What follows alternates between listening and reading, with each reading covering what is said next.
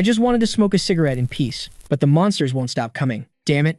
How did I end up in this world? The demon god was bored, so he decided to create a world called Halcyon. His goal was nothing more than entertainment through battles. But honestly, I think he's disappointed. In the last 10 minutes, he watched me cry because I couldn't light my cigarette and almost got killed by an angry rabbit. Not even the other humans respect me. Here I'm treated like trash, but I know a way to become stronger. The secret lies in the monsters. I must eliminate as many as I can. I can trade eyes and teeth for points worth more than money. But what really interests me is the heart. Inside them there's a core that, when consumed, simply increases stats. Even though the taste is awful and the core is low class, tasting like burned tire dipped in cough syrup, my strength increases permanently. I'll grow stronger by devouring them. And then someday I'll take revenge on those bastards who threw me here. I'll take revenge on the demon god. My revenge will be terrible, but my gastritis will be worse. I have this knowledge because I was lucky enough to find a teacher. He has no arms, so I have to feed him, and even light his cigarette. I saved him some time ago in the forest, and now he teaches me everything he knows. I'm his portable cigarette lighter now. Today, when I went to sell the items, I saw the warrior Lee Seojun. He is a very powerful high ranker. He had some rare monsters and their hearts hanging like trophies. How I wished I could eat one of those cores. How many levels could I gain? How many points would a monster like that be worth? Would it also taste like burned tire? Currently, my cabin far from the city already costs me 8,000 points, so I have to go to the city to sell monster loot. More precisely, the central tower of Muddy Village. That's where the general administrator of this city is, the demon Krista. With a snap of his fingers, he activates the mark on the hearts of everyone living in Halcyon. That's how points are recorded. And then quickly, everything I struggled to gather was sold. It was so little that the demon even laughed at me. But one day I'll kill him, even if it's from laughing too hard. So I need to return to the hunt. I won't get stronger just by hating them. I need to consume as much as I can. This core has a variable effect depending on the person. According to my master, the average is 0.6 experience gain per day for most people. Our protagonist gains 0.02 experience per goblin core. Currently, there are 4 initial attributes and everyone starts at level 7, which can go up to 1, the strongest. For our loser who doesn't belong to any clan, he needs to consume at least 50 goblins per day just to keep up with everyone else. So he returns to the hunt, farming many monsters every day. It's been 3 weeks since he started hunting like this. His sword was already at its limit. While thinking about buying another, something appeared behind his back. The monster struck quickly. "Was it you who massacred my people?" he asks. It was the first time the protagonist had seen a monster that could talk,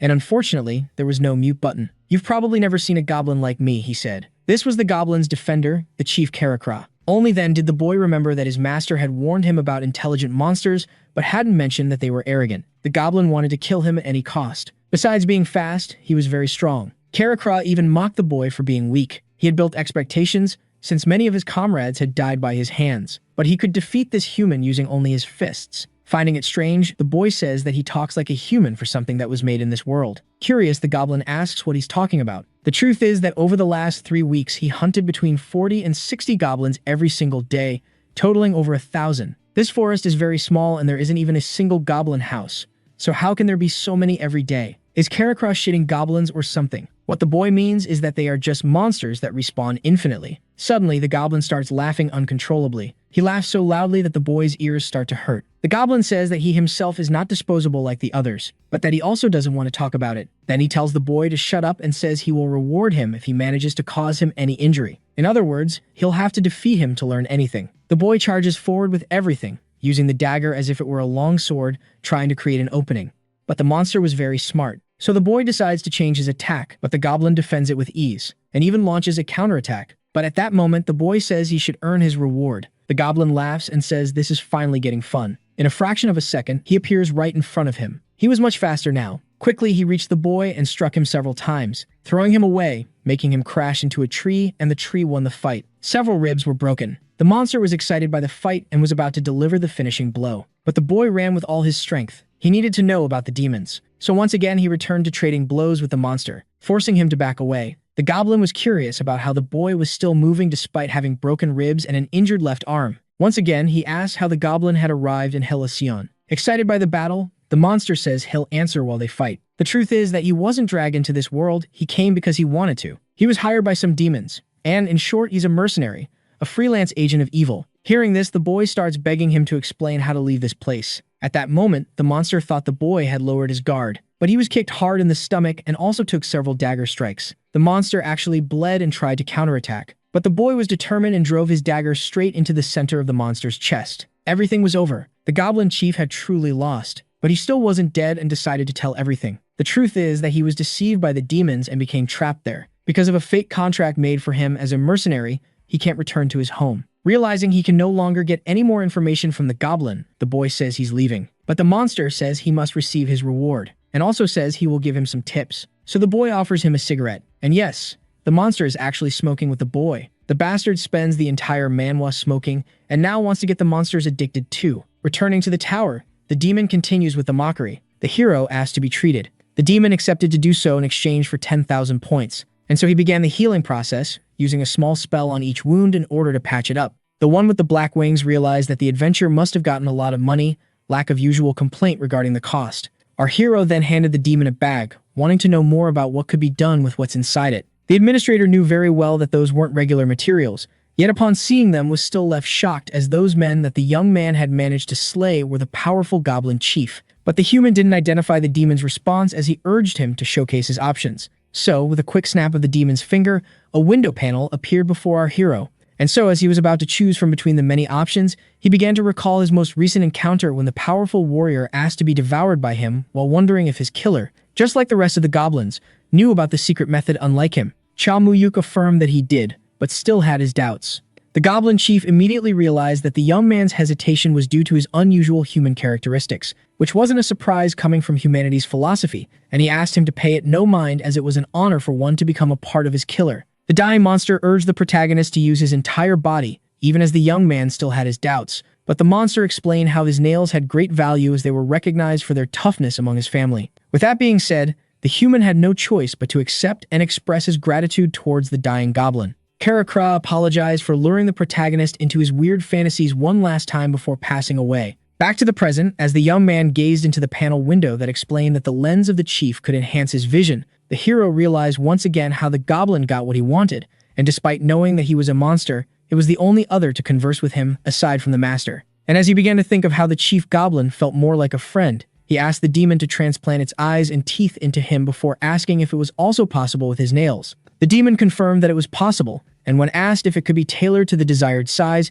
it affirmed that everything was possible with money. And with that being said, the young man felt thankful towards the goblin who became a part of him. Later that night, Cha Muyuk began to admire his Wolverine-like claws, making his master call him out for being a geek. And when asked if the claws were an odd transplant, the armless one affirmed that it wasn't, as they were perfect for sneak attacks. Cha Muyuk then regretted spending so many points on adding the remains of his friend to his own body. These ranked 7 weapons that would evolve with their owner are impossible to restore despite being known for their hardness and sharpness. The master asked students if Karakra had a core, which he confirms, and as he pointed out to his student, it must have given him great experience. He realized how far away his mind seemed. Realizing that something was on the mind of his student, the man decided to converse about it on a smoke break. The teacher explained how prideful chief goblins are and how it was his disciple's first time fighting a smart monster. Before claiming that the young one would meet even more on his journey and could have truthful conversations with them, like the one he had with the goblin chief. And upon seeing how the young man was shocked to see him aware of his talk with the monster,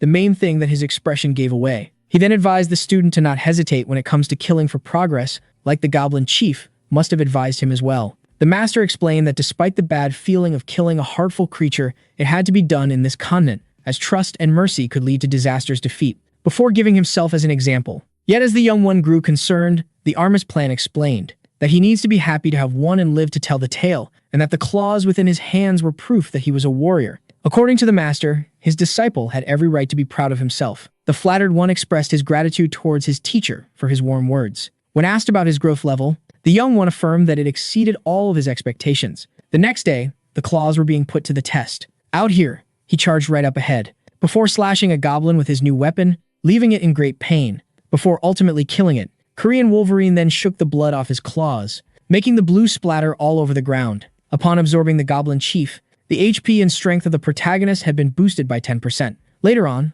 the same hunting grounds, Cha Muyuk began to think of how he was slowly beginning to adapt himself to his new transplant, as these names were truly becoming his extensions. The young man was shocked to see that he didn't feel any pain upon using the claws, that he had total control over their lands.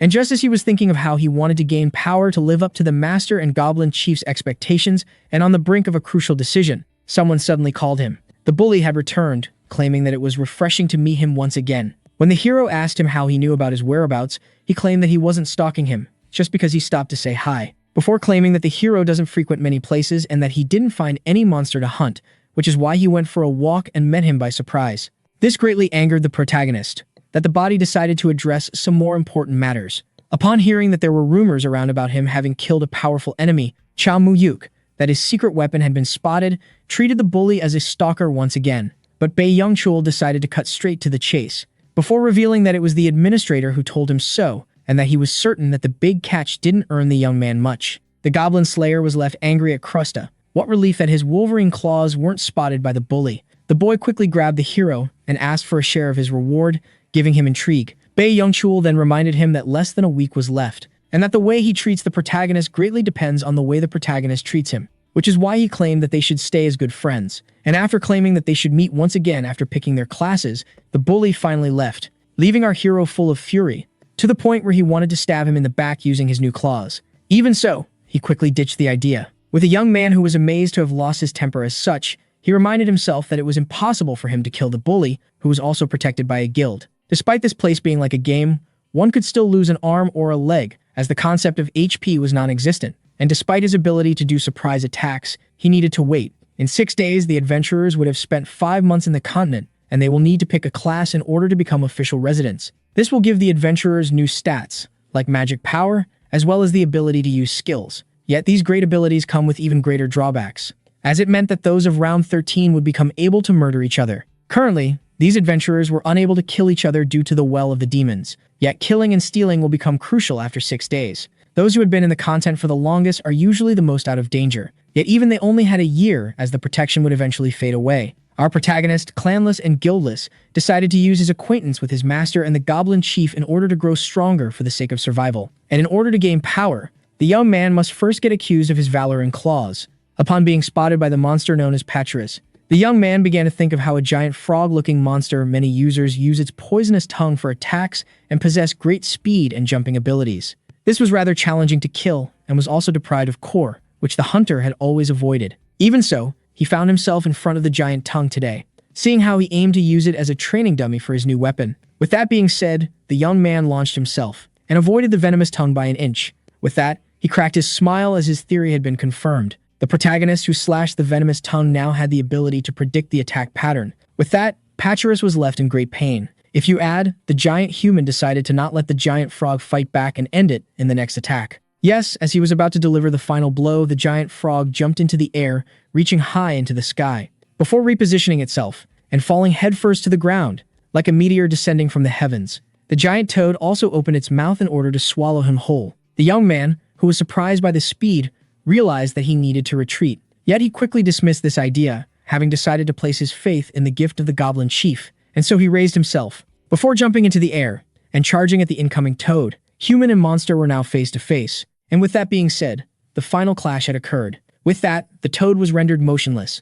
Its corpse was lying down next to our hero. He was still amazed by the fact that he had achieved victory in a one-on-one fight. These claws had proven themselves to be more formidable than expected due to their power and precision. This made him admit once again the power of the Goblin Chief. The young man, who was certain to have no challenge with his new weapon and his future class, had a matter to attend to first. What had to be done was something crucial to his growth and required great focus for the sake of his teacher and fallen friend. 6 days had passed. Our hero presented himself in front of the selection tower in order to pick up his class. And despite this matter being simple, he couldn't help but feel anxious. Even so, he decided to step into the tower. By entering its giant gates, according to the rumor, the one that would give him his class wouldn't be the general administrator, despite the inside of this tower looking like his domain. But just then, the Wolverine realized something odd, as a mysterious dark gift box presented itself in front of him. Upon seeing it, the hero began to have doubts about whether he should or should not open it. But after thinking for a small while, he decided to give in to temptation. And just as he opened it, a strange form came out of the box,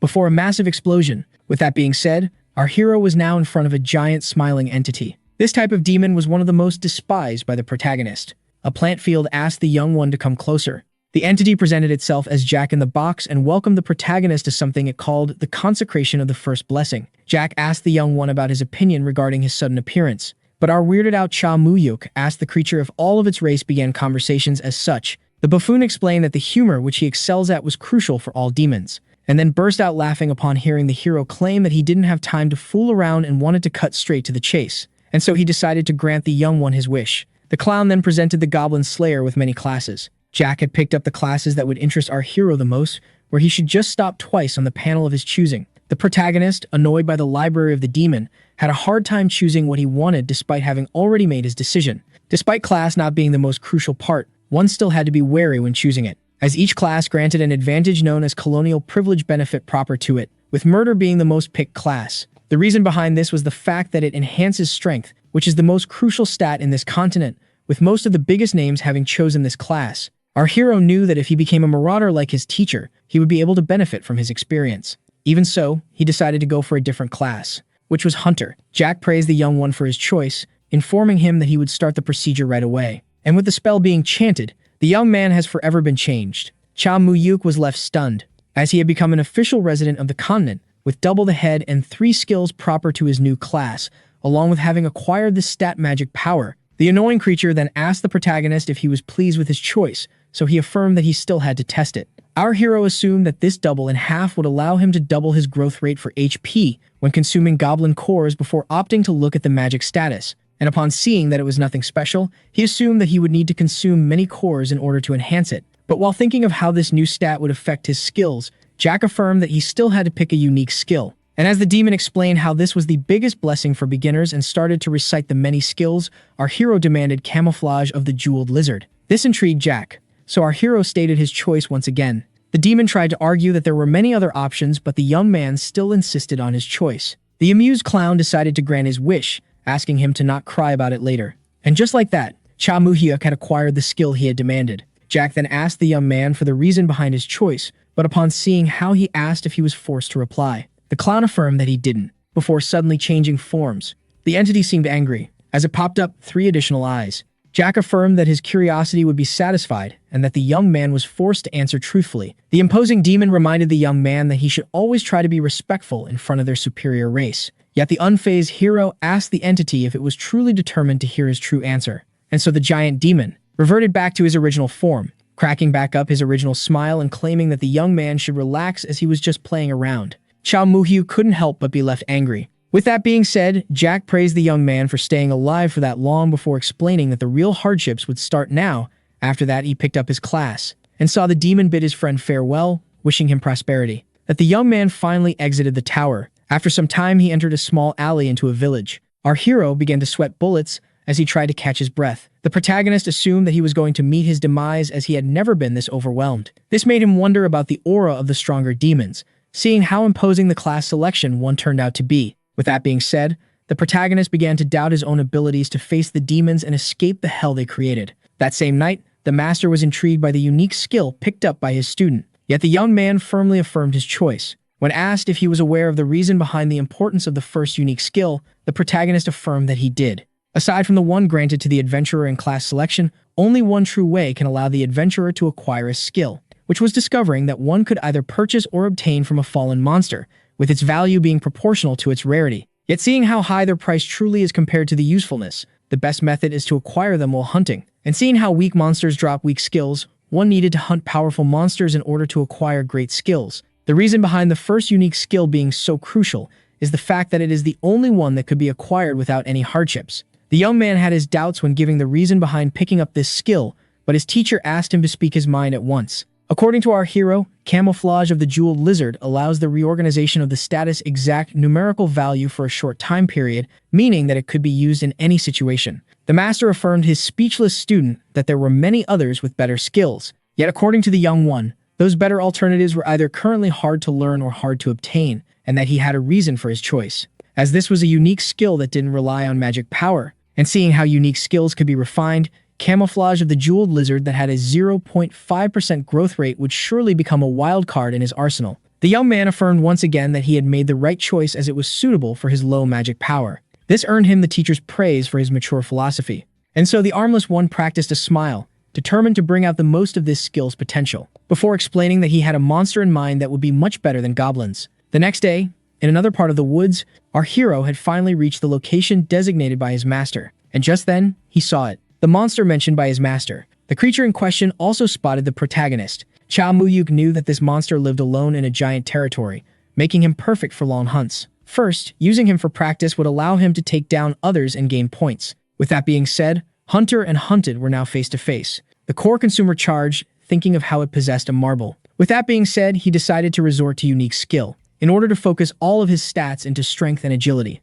for the sake of slaying this new foe as quickly as possible. Cha Mu-yuk didn't pay his decrease of his endurance attention as he was certain of finishing the fight with a single strike. But just then, the young man was left alerted, as the monster readjusted itself, before delivering a powerful kick that countered his fierce claws. The monster with the broad head had overwhelmed the Korean Wolverine. Our hero, who had finally witnessed the fast jump attack of the creature, realized that it was his enhanced agility that allowed him to evade a deadly blow. The young man realized that the move of the creature took some time to reset and that it would have eliminated him upon direct contact. The protagonist decided to finish it before the skill could be reset. Upon seeing how his attack didn't connect, he assumed that he wasn't fast enough. Only then did he realize that he was forced to parry an attack, and just like that, the hunter tanked the tail of the monster. That knocked him a few feet away. Yet this miscalculation allowed the young man to firmly grasp the power of the target's tail. This also made him realize that his unique skill was to defeat the pig-like kangaroo. With that being said, he dodged crushing death, only to find the monster right above him shortly after. The creature then let out a roar, before bracing itself and swinging its giant tail. Yet upon going for the strike, the protagonist was nowhere to be found. Only then did the young man appear right behind it. The mutant was left in a tough situation, trying to react. Yet the hunter knew very well that victory had already been achieved, as he slashed through the monster's chest using his claws, making it cough blood and scream. And as the young man firmly planted his extensions into the monster, its corpse was rendered lifeless. The hero tried to recatch his breath, now that the creature had fallen to the grasp of death. With that being said, our hero lay down on the ground and reached his claws to the sky, while thinking of how he managed to achieve victory with much more ease than predicted. Cha Mu-yuk found that the fight ended quickly, even for a monster with thin skin. The young man began to think of how the nails of his friend combined with his skills, as well as the stats he had accrued on for the monster, and the thing he aimed to acquire would give him even more power. Just like that, the fortunate hunter was now in possession of the monster's core. Upon consuming it, he found that it was more delectable than that of a goblin. The protagonist was then left amazed upon seeing how his strength had been enhanced by 0.16%. This left him overjoyed as his gains equaled the combined enhancement of 6 goblin cores. With the items now in hand, the general administrator pointed out how the number of tailbones, livers, and tendons from the koilo brought by our hero amounted to 1,190 points. This pleased the young man, as upon hunting the monster for almost a month, he had acquired 29,450 points in total. He kept on increasing his daily ratio of koilo kill count to 360 inches total. The effects of the cores also pleased him, as it was like none other. But as he began to think of how this creature, who was more little than goblins, profitable course and better point gain, he was interrupted by the demon, who urged him to go outside if he didn't have anything else to do in his shop, but the protagonist affirmed that he still had some business. The annoyed black-winged ones assumed that the young man was about to buy cigarettes, but upon hearing his desire to pay his rent up front, he called him out for this bad decision, as these were unpredictable times despite the young man having money. The demon then asked him if he needed anything else, so the young man revealed how he would be abstaining himself from the forced haunt. This revelation shocked the creature, who explained how he would have to pay a total of 10,000 points in order to evade the task. Seeing the hero insisting, he reminded him how fruitful the first forced hunt could be, and even then he remained firm in his decision. This lack of guts, despite having gained power, greatly entertained the demon, who granted the young man's wish, claiming that retreating could also be considered a plan. Just like that, rent and penalty had been paid at once. Cha Mu-hyuk knew very well that he could most likely get great gear by slaying weak monsters in the forced hunt,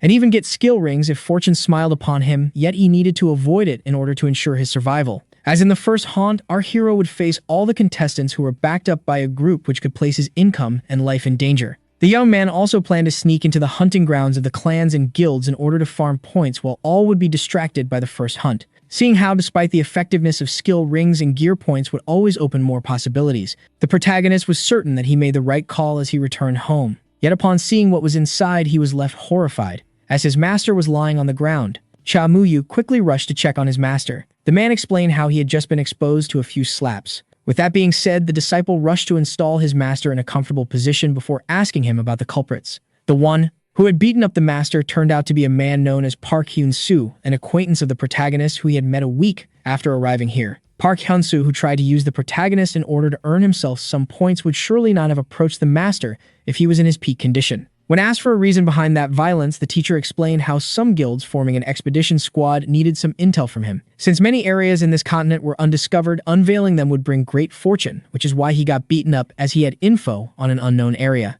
This confused the young man, seeing how the thug could have easily and formally asked him. Yet the master affirmed that they didn't need to do so, seeing how he was a weak source of intel with a known location, before pointing out the kind nature of his student. This greatly angered Cha Mu-yuk. The master then asked the student to avoid any direct combat with the man who might come for him, seeing how he didn't get any intel the first time. But the angered one explained that as a newbie he was unkillable by the older residents, meaning that he had no reason to fear. Yet upon hearing the teacher who endured the beating due to his stats explain that the bully was still too strong for him, he claimed that he wouldn't seek combat but be prepared for it. Later on, while walking in the woods, our protagonist realized that the skills he kept on spamming had been strengthened a little. He also knew very well that he had to enhance his health and stamina, as this Hun T would be a long one, which is why he tried to balance his stats. But just then, something caught his attention. The protagonist was now face to face with a rainbow snake, a brilliant forest monster whose eyes, venom, and skin could be sold for an extremely high price. Our hero could even use its meat as food for himself or a way to lure other monsters.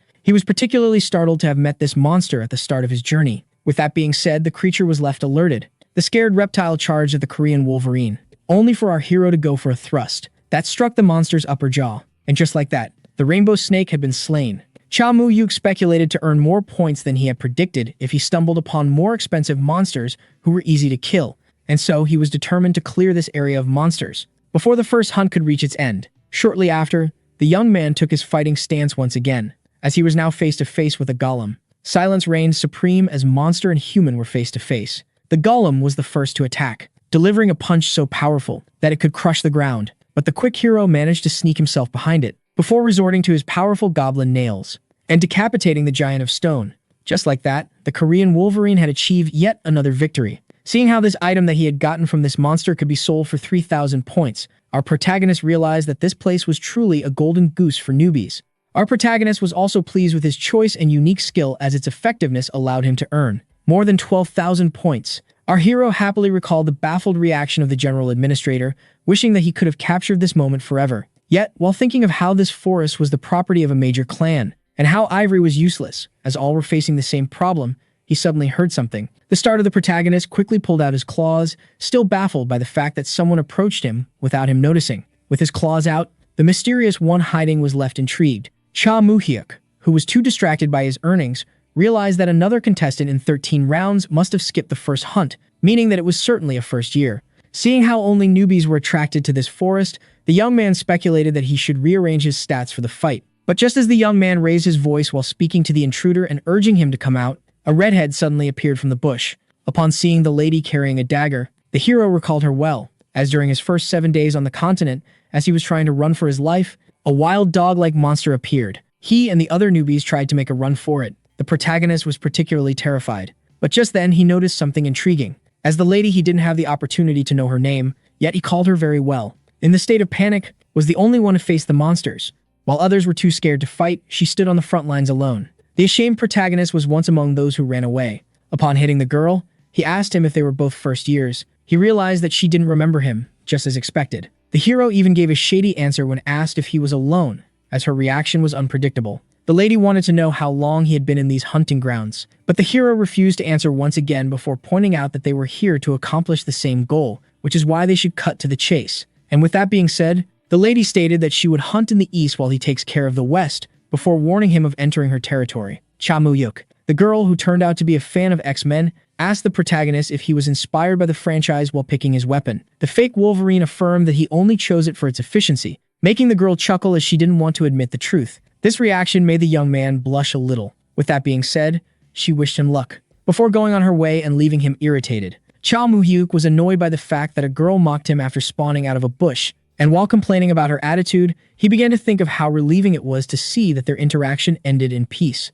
Our hero also decided to keep an eye open, seeing how a potential betrayal was still in question. But upon recalling her angelic laughter, the young man began to blush once again. Even so, he decided to pull himself together and hunt before any other interruption occurred. Hunting would be the best way for him to keep his mind in the game and finish his task quickly before returning home. Shortly after, the protagonist began to think of how his constant weariness was doubling the efforts on him while exiting the forest after a successful day. This made him realize how convenient allies could be before thinking of how the girl seemed to also be on her own, which left him intrigued, seeing how she should have entered a good guild with her set of skills. But as he began to wonder about the reason behind her solitude, he quickly shook off the idea, claiming that he would head back immediately in order to have a meal and get some rest. But just then, the core consumer noticed his first goblin. Thus, the hero decided to do his thing before going home. The creature was left confused, and before it could even react, the predator had already grabbed it, before making its broad spill everywhere. Cha Moo-hyuk located what he sought from the goblin, who became too much of an easy prey.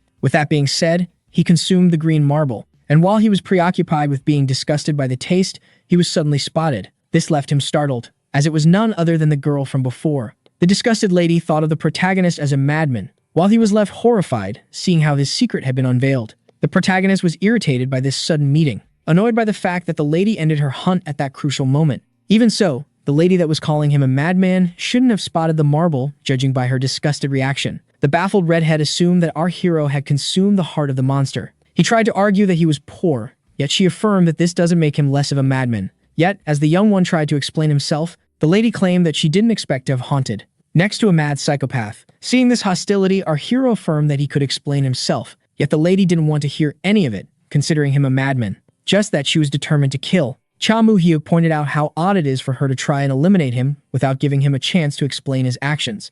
The girl stopped for a second. Our protagonist explained that she would receive the fight if she sought it, yet it would be better to resolve it in peace. With that being said, he let out his claws in order to brace himself, before asking the lady what option she chose. According to the redhead, someone as crazy as him was too unpredictable to be left alive, but she accepted to talk it out, claiming to be a pacifist. First, our hero had 5 minutes to justify his actions. The Goblin Slayer claimed to have truly eaten the monster's heart, and it wasn't out of madness. The intrigue began to mock him for considering the heart a delicacy upon hearing this. Cha Moo-hyuk explained how he was living with his teacher and savior, who was rendered handicapped, and that his skills weren't enough for the both of them to survive, which is why he decided to apply the teachings of the man and consume monsters in order to save some money. Yes, the lady had her doubts, seeing how similar goblins were to humans while other animalistic monsters existed, so he explained how he was forced to consume goblins to survive. Living here was somewhat disgusting, upon claiming that the taste would be more pleasant after getting used to it, before offering her some, which she immediately declined.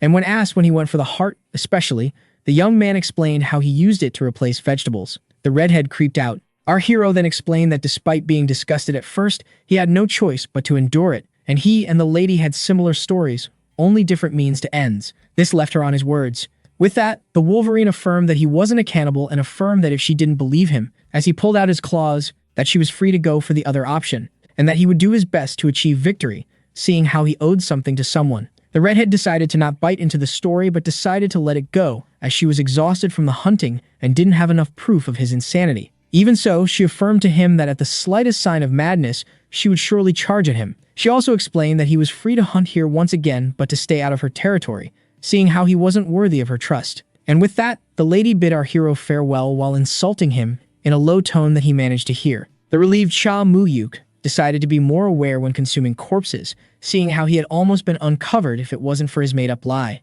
He then began to reflect on the tiring personality of the lady that would surely pose a problem the next day. The next sun finally died on the continent. The young man arrived at this scene, rather happy with his new equipment. The protagonist had bought a piece of buffalo leather armor, which was a rank 7 low durability light item that cost 45,000 points. Our hero began to think of how convenient armor is, seeing how it could be paired with something else. The young man also wanted to earn 50,000 more points in order to purchase a skill ring that he desired, which would have been possible in 4 days, if it wasn't for the other adventurer, who gave him intriguing gazes. The protagonist assumed that she was awaiting his arrival, and so when he confronted her about it, she denied the whole thing and claimed that they should set their territories for the day. With that being done quickly, the lady warned him once again to not enter her grounds, yet he couldn't care less. But as she began to walk away, while mumbling to herself, she was called by the protagonist, leaving her even more irritated. Cha Moo-hyuk claimed that they should introduce themselves to each other, seeing how they were forced to converse, only for his idea to be quickly rejected.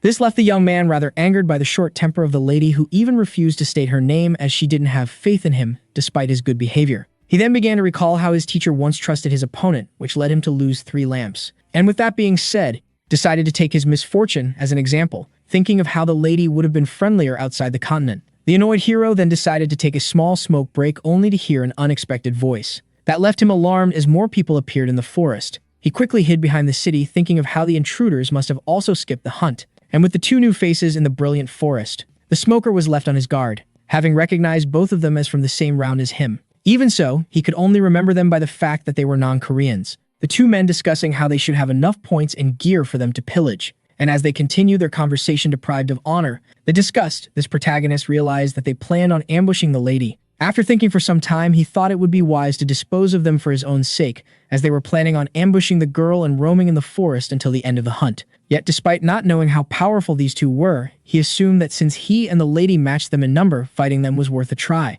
Yet, as he began to plan on killing the first by surprise and slaying the second on his own, he realized what he just thought, as he had easily planned on taking his first life without giving it a second thought, making him assume that he was changed by the goblin hunting. This also made him recall his victory over the goblin chief, but just then he was about to back out of it as the ambushers were about to error. So he decided to push this matter aside and concentrate on them. The fat one asked his friend to conceal himself while he searched for their target, and after a short while, she was finally spotted. The lady with a dagger was fighting a giant insect that was giving her a hard time. The fat one instructed the other to hide in the bushes. Out here, who assumed that they were waiting for the right opportunity but couldn't hear them, assumed that the lady should easily take care of the both of them. But just then he noticed that one of the ambushers wasn't holding a weapon, and that the other was about to unleash a sneak attack that he must interrupt at all costs. First, he decided to track the blonde one. As the lady's fight with the ant was about to come to an end, the thug realized that it was almost time for the ambush. In the end, the girl decapitated the giant bug,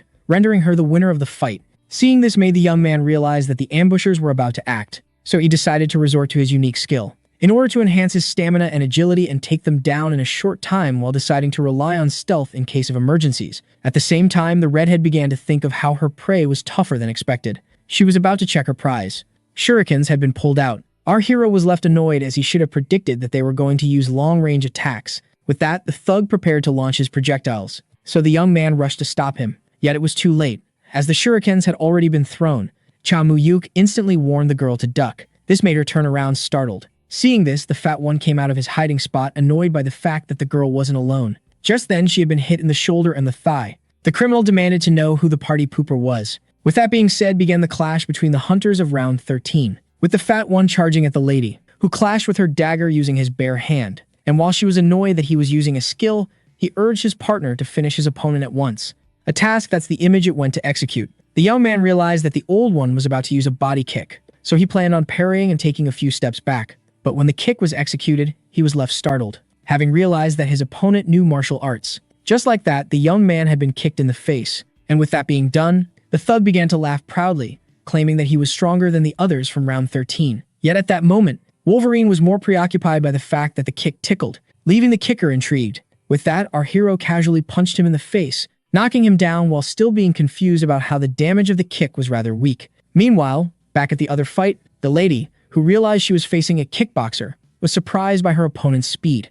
Just then, he charged at her, resorting to his skill once again. The guy realized that she couldn't await the incoming blow, so she had no choice but to block it. Even so, she was knocked into the air, before falling back on her back. The criminal praised her for showcasing such skills despite being injured as he decided to finish her off. But just then, he was left alarmed, upon realizing that the young man was about to punch him, but the fat one quickly blocked the incoming blow. He then proceeded to call our hero a rat for following them before asking what happened to his ally. Being treated as a pest was found ironic by our hero, seeing how they were the true ambushers. With that being said, Cha Muyuk proposed to puncture his opponent's face. Yet upon being bombarded with a barrage of punches, our hero realized that this man who knows martial arts was a marauder. The endurance of the protagonist began to annoy the thug, who claimed that if it weren't for those irritating game-like perks, he would have already won the fight as well as his friend who just died. But the hero affirmed that he was alive. Just then, the fat one got through the defense of the protagonist, asking him if he was expecting praise for his mercy. And with that being said, he delivered a powerful punch to the gut. The smoker was amazed to see that despite his protections, he was still feeling pain. Even so, he was determined to achieve victory. This attitude made the criminal recognize tenacity. The man then grabbed him by the hair, pointing out his martial arts skills that were inferior to his. Our hero was filled with frustration when he asked the man if he planned on eliminating him and the lady, and after pausing for a small second, he burst out in laughter, affirming that this was the purpose of a surprise attack, thinking that the young one was back to beg for his life. The criminal then affirmed that begging would be useless, seeing how the fight had already been engaged, so the young man affirmed that this wasn't the case, as he placed his fist on the man's heart, who mocked him, thinking that this was a weak punch as our protagonist asked him once again if he truly wanted to take their lives. And as the man confirmed once again, the protagonist found his expression filled with sadness.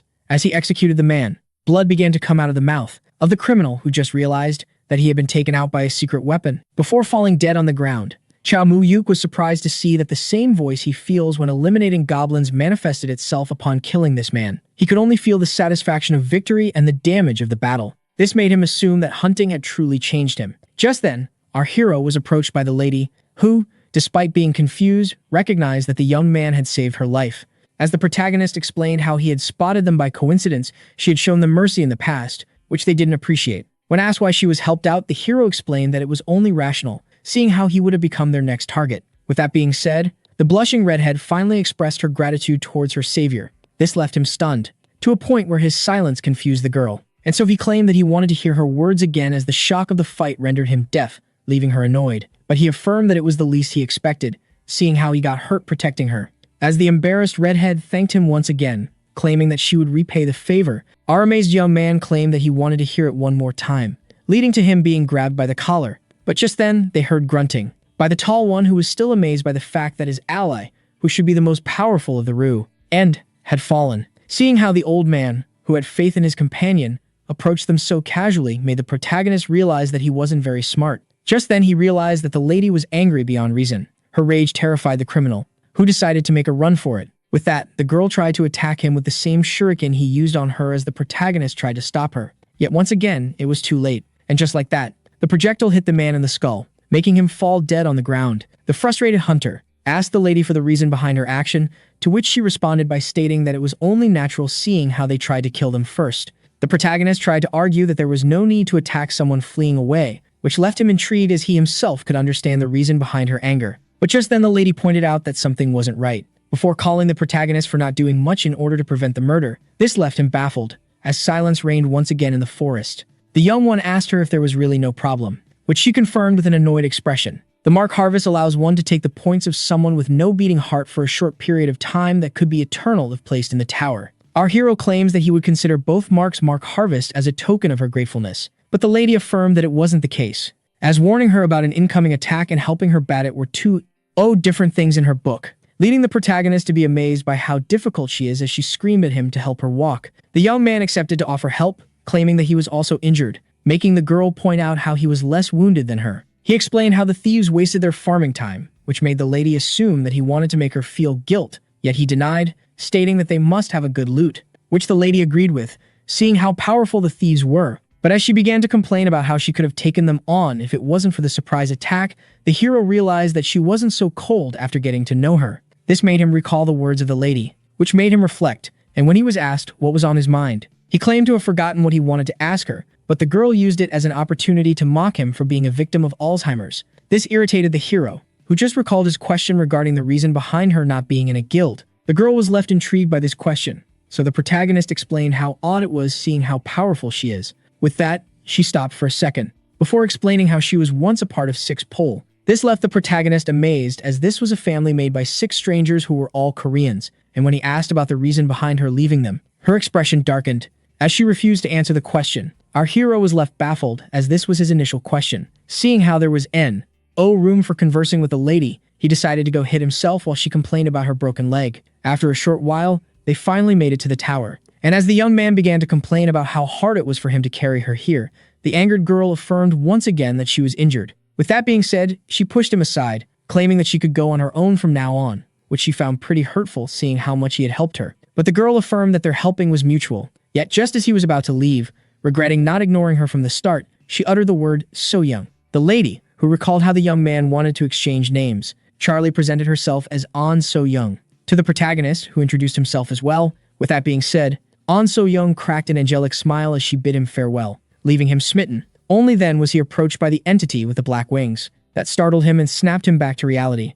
The administrator, who realized that the young man had turned early due to his injuries, charged him 10,000 points once again for healing services. After the healing, when asked if he needed any other services, he claimed to have 2 marks. This pleased the blonde entity, who claimed that the young one finally realized that the best way to obtain points was to kill other contestants, explained how slaying monsters is good but one needed to kill other players in order to survive. This made him remember the murder of the goons, as well as the dark gaze of the lady, who pointed out how he didn't try to prevent the murders. The frustrated young man then pushed the demon away, and her name that he stumbled upon 2 contestants who had murdered each other, yet the demon didn't believe him one bit. With that being said, the administrator decided to check what he had looted. After finishing his business inside the tower, the young man began to complain about the demon trying to get on his nerves despite his already bad mood. He then began to wonder if his new partner had already returned to the forest. Before opening his panel window, and thinking of how the marks of the thugs contained 80,000 points which could allow him to get a decent skill, Cha Moo-hyuk knew very well that his heart was full and tortured by desires, yet he decided to gaze upon tomorrow. The protagonist decided to keep his quick growth going. Before looking at the tower, and thinking of how he would one day make the demons reveal everything to him. As the next day dawned, a giant frog that was in the forest suddenly felt alerted, so it unleashed its powerful tongue in order to attack, only for the attacker to jump at her from behind and stab the toad in this call using his powerful claws. Just like that, another monster had been slain. The protagonist cracked up a smile, seeing how pleasing the results were, as they were incredible and worth the loss of blood that he suffered. Rush of the Fearful Baroque was a unique skill that multiplies all stats except magic by 2 that our hero used to make the monsters in the brilliant forest as easy to hunt as goblins. Out here, he then snuck up behind a giant golem and charged at him from behind. Only then did he feel a sudden change, as the good thing came to an end. And while evading the incoming hit, he began to think of how this skill had a small duration that makes one feel heavy upon ending, which was something he needed to adapt to. Cha Moo-hyuk then climbed up the arm, thinking about how the other con was the long grace at a time caused by his lack of magic power. Magic and magic power were two different things, as the second has a reset time and doesn't require MP, which reduces the cooldown and increases efficiency once upgraded. Magic power was the only stat that couldn't be affected by his new unique skill, and the start of its long cooldown that needed to be shortened had many signs, with the first being a pain in the head, as the skill could be used once again once the agony is gone. As the protagonist picked up the core, he began to think of how the 20-minute cooldown would double if the new unique skill is paired up with his first one, which didn't seem unfair. The young man also realized that this skill could become his wild card once he got stronger, to the point where it could greatly help him in the upcoming trials. Shortly after, near the tower, the young man turned to the village, and was left shocked upon seeing many hunters exit the gate, which meant that the forced hunt came to an end. This greatly annoyed him as it meant that he needed to abandon the fancy hunting grounds that gave him great profits and go to his original spots. But just as the protagonist was about to set some items and go supper at home, he was suddenly approached by someone, when that turned out to be the bully who always seemed to locate him. As Cha Moo-hyuk pointed out how the hunt must have gone smoothly, the bully took it as some kind of insult, before claiming that he was only saying this to the protagonist, who tried to explain himself. Bae Yu-chul surprised the hero by suddenly showcasing his anger while he asked for the reason behind his absence, making the hero ask if this was truly a big deal. But the bully affirmed that it was, as he explained once again that the treatment he shows the protagonist is relative to the one he shows him. Bae Yu-chul then explained that his lackey could have at least shown up, leaving him rather disappointed. The bully then affirmed that teaming up with the young man was the only way to survive this continent, which is why this would be his last mercy. With that, he pushed the hero away before demanding him to show up to the next forced hunt. And as the harasser claimed that the young man could either be his lucky charm or his kill, Cha Moo-hyuk realized that something was weird. Just as the bully was about to hit the young man for his dark gazes, he was suddenly called by someone, who urged him to finish off their urgent business, making him rush to do it. With that being said, he left while warning the protagonist of the next hunt. The hero was intrigued by this change of personality and his desire to force their team up, only to realize that the reason wasn't so obscure, as he had gone through it too. The event of taking a life. A month after this incident, the protagonist suggested digging in to his master, who was intrigued by the fact that he had spent quite some money in order to make the meal. The protagonist explained that since his earnings had increased and that he needed new gear, he would also buy fancy food, earning him the scold of his master, who realized the way his students lived on Earth and that he was longing for fat food, and so the teacher who couldn't eat at all proposed a cigarette before the meal. The man then pointed out to a student how the forced event was less than 72 hours away. With that being said, the master firmly advised his young student to go all out in the upcoming hunt, which he accepted to do. He then pointed out how the bully was dragging his disciple into the event, who he claimed to be even faster than this continent. Bae Yu-chul must have realized that the fruitful hunt is extremely violent after taking a life.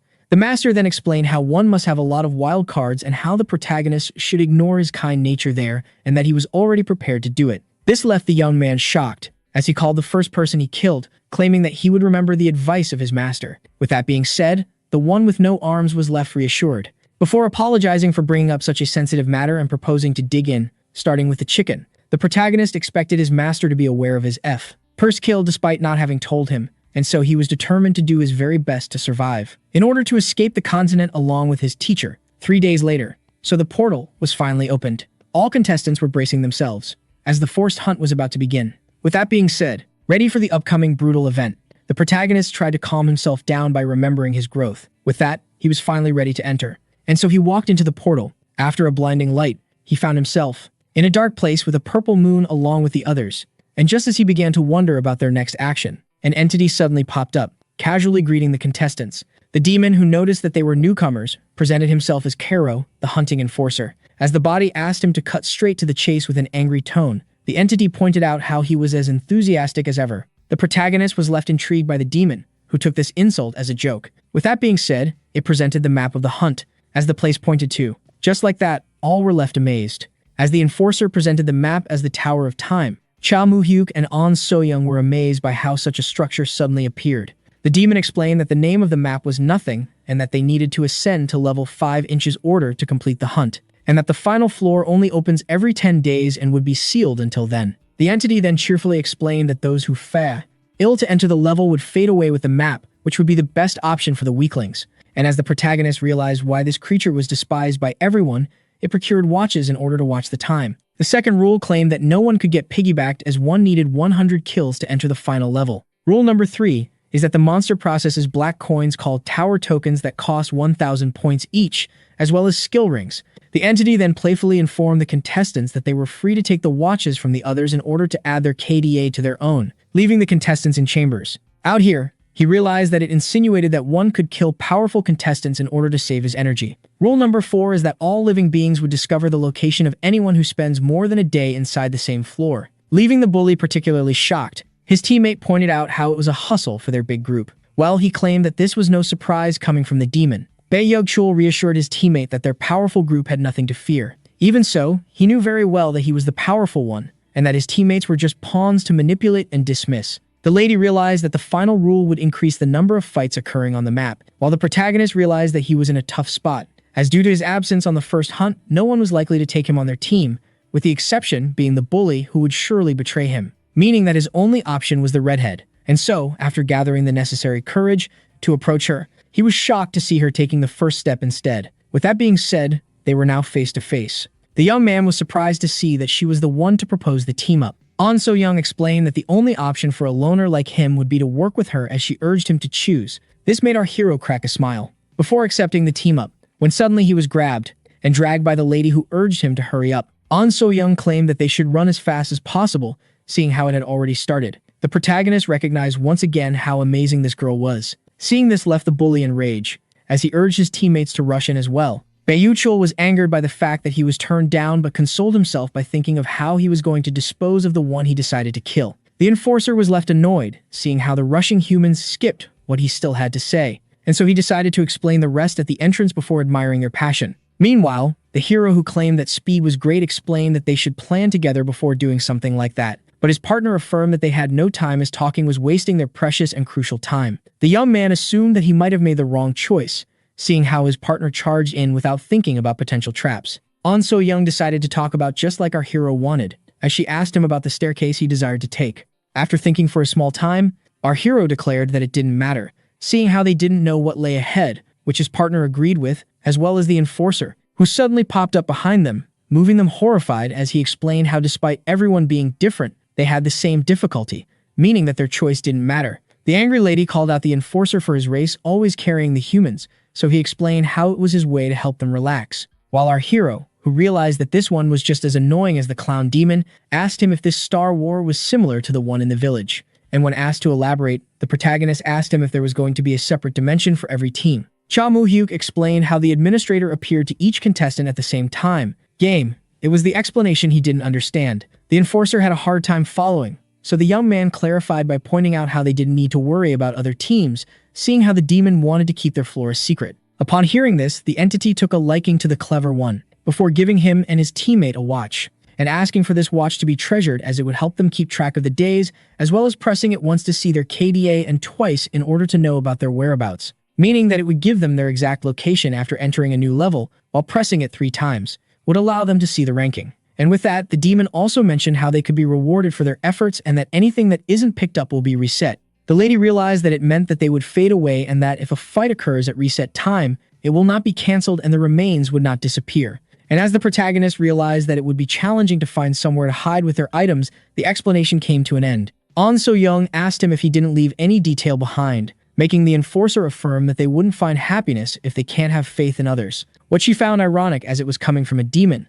as her partner explained how he goes for the third option on QMC. The girl agreed to let him choose, seeing how she doesn't resolve to this method, claiming to be a brilliant student. The enforcer realized that the entertaining protagonist was the one Jack told him about. Suddenly, he realized that he had forgotten a detail, before quickly remembering it, regarding the stairs changing location every day and that everyone would go back to the first floor on day 9, which she decided to reveal to no one. At the same time, our heroes climbed the staircase and entered the first floor that was decorated with an odd taste proper to demons. They then decided to take a look at their coordinates, yet the young man had no clue how to use the data despite knowing that they were on floor 3. His partner explained to him how X designated left and right while Y was for back and forth, theorizing that the unit they were using was meters. This mission, which seemed like a headache, made our hero want a cigarette, but the lady urged him not to do it as it would give away their location. With that being said, the two of them decided to take a look at the coordinates of the stair, which was the most precious intel. After some discreet scouting, they realized that the monster known as ramen soldiers appeared quickly.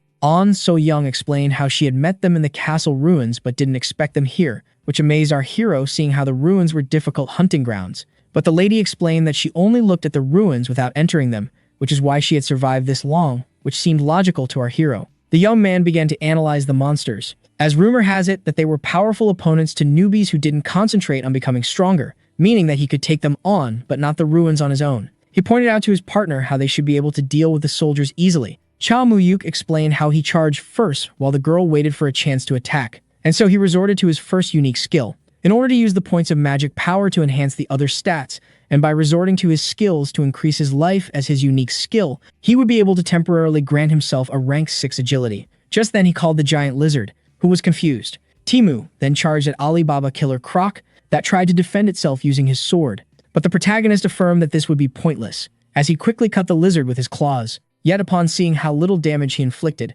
the hero assumed that he didn't pack enough punch.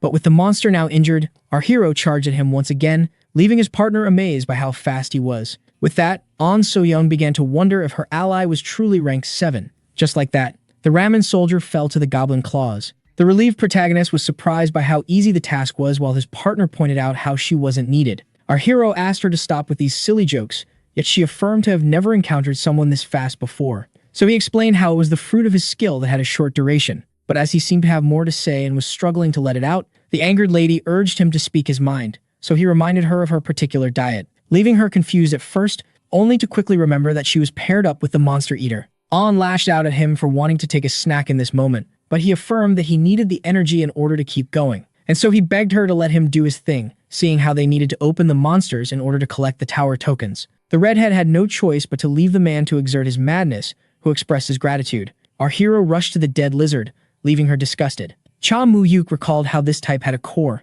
and so he began dissecting it, before joyfully searching through its organs. Shortly after, our hero found his desired piece of the monster, that he immediately consumed to the girl's horror. This allowed him to enhance his endurance by a small amount that was still higher than Koilo's and would have been double if it was health. And while he was enthusiastic about the fast growth that it would offer, his partner urged him to search for the tokens. But seeing how excited he was, she was now more certain than ever that he was a psychopath. Shortly after, our hero was now in possession of a tower token that was similar to a coin. The lady immediately went on her way while he tried to ask her about the share of the gains. So she angrily explained that they should just do the normal thing and split it in half. With that, she urged him to get going as they needed to hunt as much as possible in order to guarantee survival. Despite his partner being annoyed, the young man who had no choice but to consume the marbles needed to keep his secret as long as possible. But he still hasn't scratched the possibility of telling her if it would be a necessity to win the event. Meanwhile, as a fight occurred on the second floor, the humans finally eliminated the beast, and were left pretty happy about their achievement that they found easy,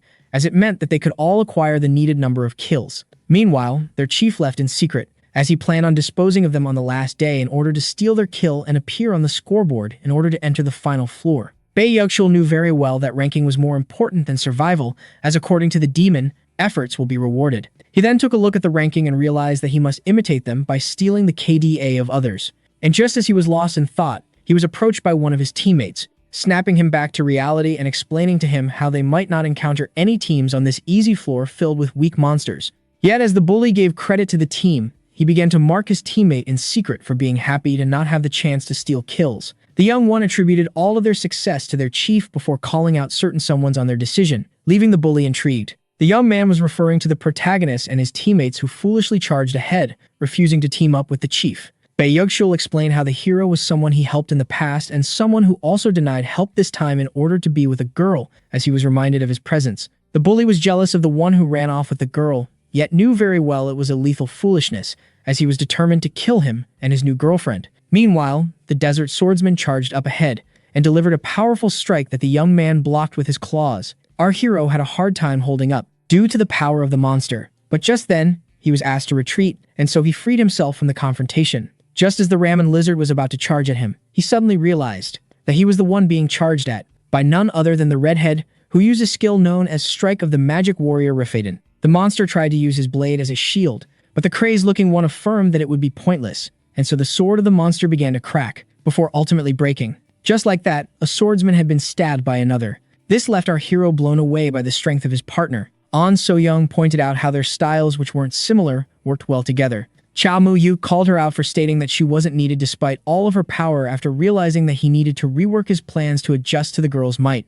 As the token was picked up, the girl reminded the boy that it was her turn to get it, which he urged her to do, before consuming the core, in order to enhance his strength while thinking of how chores were coming in these monsters that would continue to make him stronger if he kept hunting and consuming. The only problem was the plan they had to take them down. As the lady, who revealed herself to be a marauder, possessed an unblockable skill that he should be very wary of, on top of being the only one killing monsters.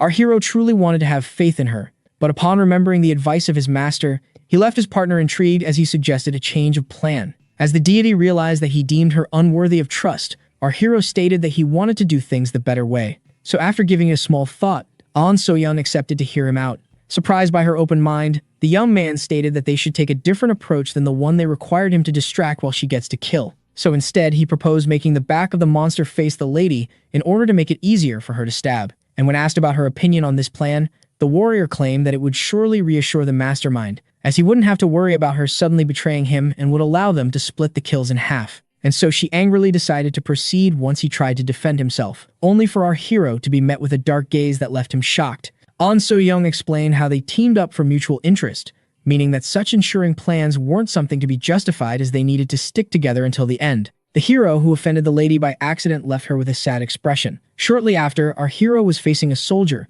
and after the struggle, the young man began to overpower the creature. Upon seeing how it couldn't resist anymore, he quickly knocked it back before using the nails of the goblin chief in order to puncture it down. Just as the creature was severely bleeding, he pierced its armor with his powerful claws before resorting to all of his strength in order to lift it up before slamming it down. With the blood cleaned off from the claws, the fight was finally over. The girl called out the geek for perfectly imitating Wolverine, which he denied. Cha Mu-yuk then urged her to stop slacking, but she explained how they had already killed 3 monsters and that he was the overexcited one. After another of our hero's arguments, the lady began to think of how much stronger her ally had gotten in such a short time after the brilliant forest, to the point where the monsters here seemed like child's play to him. Meanwhile, the young man was left annoyed at accidentally finding the court he was searching for, while she began to think of how they both earned many points in the forest. Yet, while she was about to make a theory about his teacher, who might be the one behind his sudden growth, the hero claimed that it was her turn to get the coin. He asked her what was on her mind so that she got so distracted, yet she affirmed to not have reacted, seeing how she always approached the one she trusts. Only then did both of them blush upon realizing what she said. The young man urged her to say it back while his partner claimed that she wanted to have a meal. He tried to ask her once again, only to be interrupted by the one who wanted to close the subject, claiming that nutrition was essential for hunting. Thus, he agreed to have a meal. An So-young asked him about his water reserve, claiming to not have brought much, to which she responded by revealing to only have 1 bottle. This made the girl mock him for assuming that there would be water in this dungeon, yet he affirmed that there is a nearby fountain. But as the lady explained how this water was too mysterious and shady to drink, the young man pointed out how she must not possess a certain item. While the water was definitely confusing, the hunter reached into his pocket in order to showcase his purification powder, a cheap item that should be bought in masses that makes almost any water good to drink. An So-young claimed to have only entered the dungeon with the essentials and combat items before giving the lady the powder that should last until the end of the event. The shocked girl tried to argue that she should pay him for the powder, yet the boy affirmed to have many more of this cheap item. She tried to argue that purification powder was rather precious in this dungeon, meaning that she now owed him, so he revealed that it was the reason behind this kindness. Cha Mu-yuk explained how much he had reflected on the concept of faith upon entering this dungeon. claiming to have found it weird to see the girl adapt so easily to the two attackers that she didn't hesitate to terminate, wondering if she would have done the same on Earth. According to the hero, this continent was a different world that affected their philosophy and that some things remain the same yet to change. The girl failed to grasp the relation between these words and their current situation, so he explained how she was the reason behind everything he had done. She was left surprised as he pointed out how she had always been quick to make decisions as if she already knew what must be done. He also claimed that she was stronger than him, which is why her will frightened him, as it meant change, but in reality she was still the same one protecting her morals. Cha Moo-hyuk affirmed that she didn't owe him anything, seeing how she was his beacon of hope and that he wished to protect their values in this land until the end. And so he expressed his gratefulness once again towards the lady before claiming that he still didn't trust her and that he was only giving her the powder she had earned. Cha Moo-hyuk finally understood where the young man was coming from before looking at his gift and affirming that she shall not misuse it. Shortly after, An So-young felt grateful to have condensed energy capsules despite them lacking the warm feeling of real food, which is why the protagonist made a suggestion, claiming that the snake jerky he offered her was truly delicious, only for her to decline and ask what he was doing. The young man revealed he was looking at the rankings, which the lady found pointless as they couldn't even reach it. Upon taking a look at the list, some of its names left the hero uneasy. Cha Moo-hyuk, who noticed that his teacher was in 4th place, began to wonder about the secret behind reaching the top ranks. He then began to recall how his master described the hunt as an awful place. The man claimed to have achieved great success, and to not have revealed it in order to not seem prideful, and that his well usage of the class Marauder led him to the peaks he once reached. The man then asked his disciple to do whatever he can without hesitation in order to survive the hellhole, and explained that failing to do so would render him a one-limb man just like him, before affirming to him that he should do what needs to be done. Just then, he was brought back to reality by his partner, who claimed that they should try to locate the exit. Cha Moo-hyuk began to think of how he didn't want to embrace evil, despite kindness not being welcomed in this place. Our protagonist wanted to gain power in order to live as he pleases, before thinking of how he would continue to do his thing without sparing any effort, thinking that this was the meaning behind the words of his teacher. Thus, he was once again determined to gain power. After some time, the exit had finally been located. I want you to point out how they had spent half a day in this level, while his partner stated the distance they had traveled. She then explained that they had walked 4.5 kilometers and that they needed to walk 2.5 more in order to exit the dungeon. And as the protagonist pointed out how they had been lost in this labyrinth for 13 hours, he pointed out that this magic tower is much bigger than it seemed. Cha Moo-hyuk, who realized that they couldn't approach the exit due to the risk of meeting other teams, was asked to not forget the coordinates of the exit. Our heroes then recalled the enforcer claiming that their location would be revealed every 24 hours, meaning that they only had 11 left, so the lady proposed to take the stairs. The young man pointed out how the 24 hours would be reset after climbing floors, while his partner stated that it would be best for farming to stay a long time on a single floor. And as the core consumer pointed out how the monsters here were rewarding, his partner brought up sleep, claiming that 6 hours should be enough, which the hero agreed with before pointing out how they would still have 5 free hours. With that being said, the two of them decided to use their remaining free time in order to farm as much as possible. And so our heroes decided to charge in once again, while the protagonist realized that they had just enough time to kill 50 lizards, meaning that he could at least get 40 cores that would greatly boost his progress. The thought of the rewards made him crack a weird smile that creeped out his partner. Shortly after, the 5 hours had come to an end. As the young man claimed to be exhausted, his partner stated that it was amazing of them to hunt for 18 hours straight. Cha Moo-hyuk found the results very pleasant, as they had earned 86 tokens on top of his stats, having greatly been boosted due to his marble diet. He was even left overjoyed upon looking at his window panel, as keeping on this growth rate until the next day would allow his skill rush to make all of his stats except magic rank 6. He thought he would be invincible for 5 minutes. With that being said, the protagonist was once again glad by the choice he made upon picking his unique skill. He decided to keep his progress a secret, as it was too early to reveal the hidden effects of the course to his partner. Just then, the redhead advised him to always look ahead in case any powerful opponent appeared, so the young man claimed to be already wary. Shortly after, they had arrived at level 4 of the tower, and while the girl found it odd that it looked like your mind, she was left intrigued by her partner, claiming it to be convenient. So he explained how they could use the many items here in order to build a secret shelter where they could safely sleep. But the warrior affirmed that this would be impossible, as anything big enough to contain the two of them would be too suspicious. Realizing the error of his ways, the core consumer proposed to dig a pit instead. And upon seeing how his partner was confused, he explained that this was the underground hole that soldiers used for sneak attacks. An So-young quickly assumed that he wasn't as young as he looked and the military officer, so he explained how he learned this trick on TV. The lady chuckled and proposed to proceed without losing track of time as they had 24 hours ahead of them. Cha Moo-hyuk realized that floor 2 and 3 shared the same coordinate system, And as he rushed to locate the perfect location for the pit to save as much time as possible, the lady reminded him that they had nothing to dig with. But just as he began to theorize that this mine must have a shovel, he was suddenly left to blush as his partner grabbed him by the shoulder, asking him to get down and turn his gaze. The protagonist tried to explain that he was startled, yet the lady urged him to look where she pointed, and so he did what she said, and quickly noticed that there was a fallen dwarf in these mines. On So-young back 13 made to stay hidden. The core consumer, who couldn't see well due to the dark, explained how dwarves hunted impacts unlike this one while the sword made them propose to stay hidden. She was then left shocked as the hero managed to perceive that the enemy wasn't with a group. The protagonist explained how he had the eyes of his good friend, that he only realized the potential as he had never hunted without light before. Cha Mu-hyuk was rendered with a sad expression as his late goblin friend managed to help him even in the mines. Seeing how this level had a dirt floor and that the monster possessed a shovel seemed very well placed to the point where it was odd.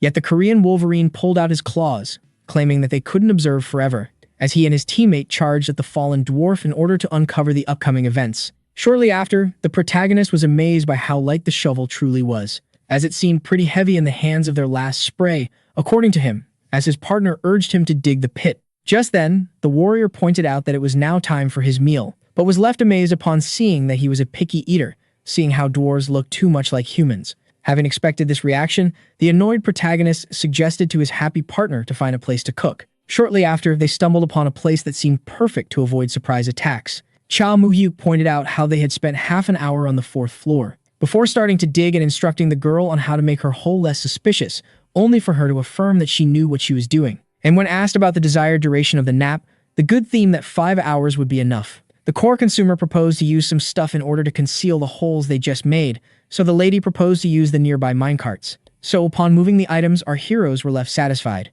as they had just made the perfect hiding spot that would have served as a great base if they didn't have to move every day. The girl, who realized that they had wasted too much time, proposed to immediately go to bed while the protagonist was left for it as they had no alarm to wake them up in time, only to be reminded that in this continent, they had been waking up early without resorting to technology. Even so, he proposed that the first to wake up alarms the other. An So-young accepted before pointing out how she had never expected to sleep in a hole.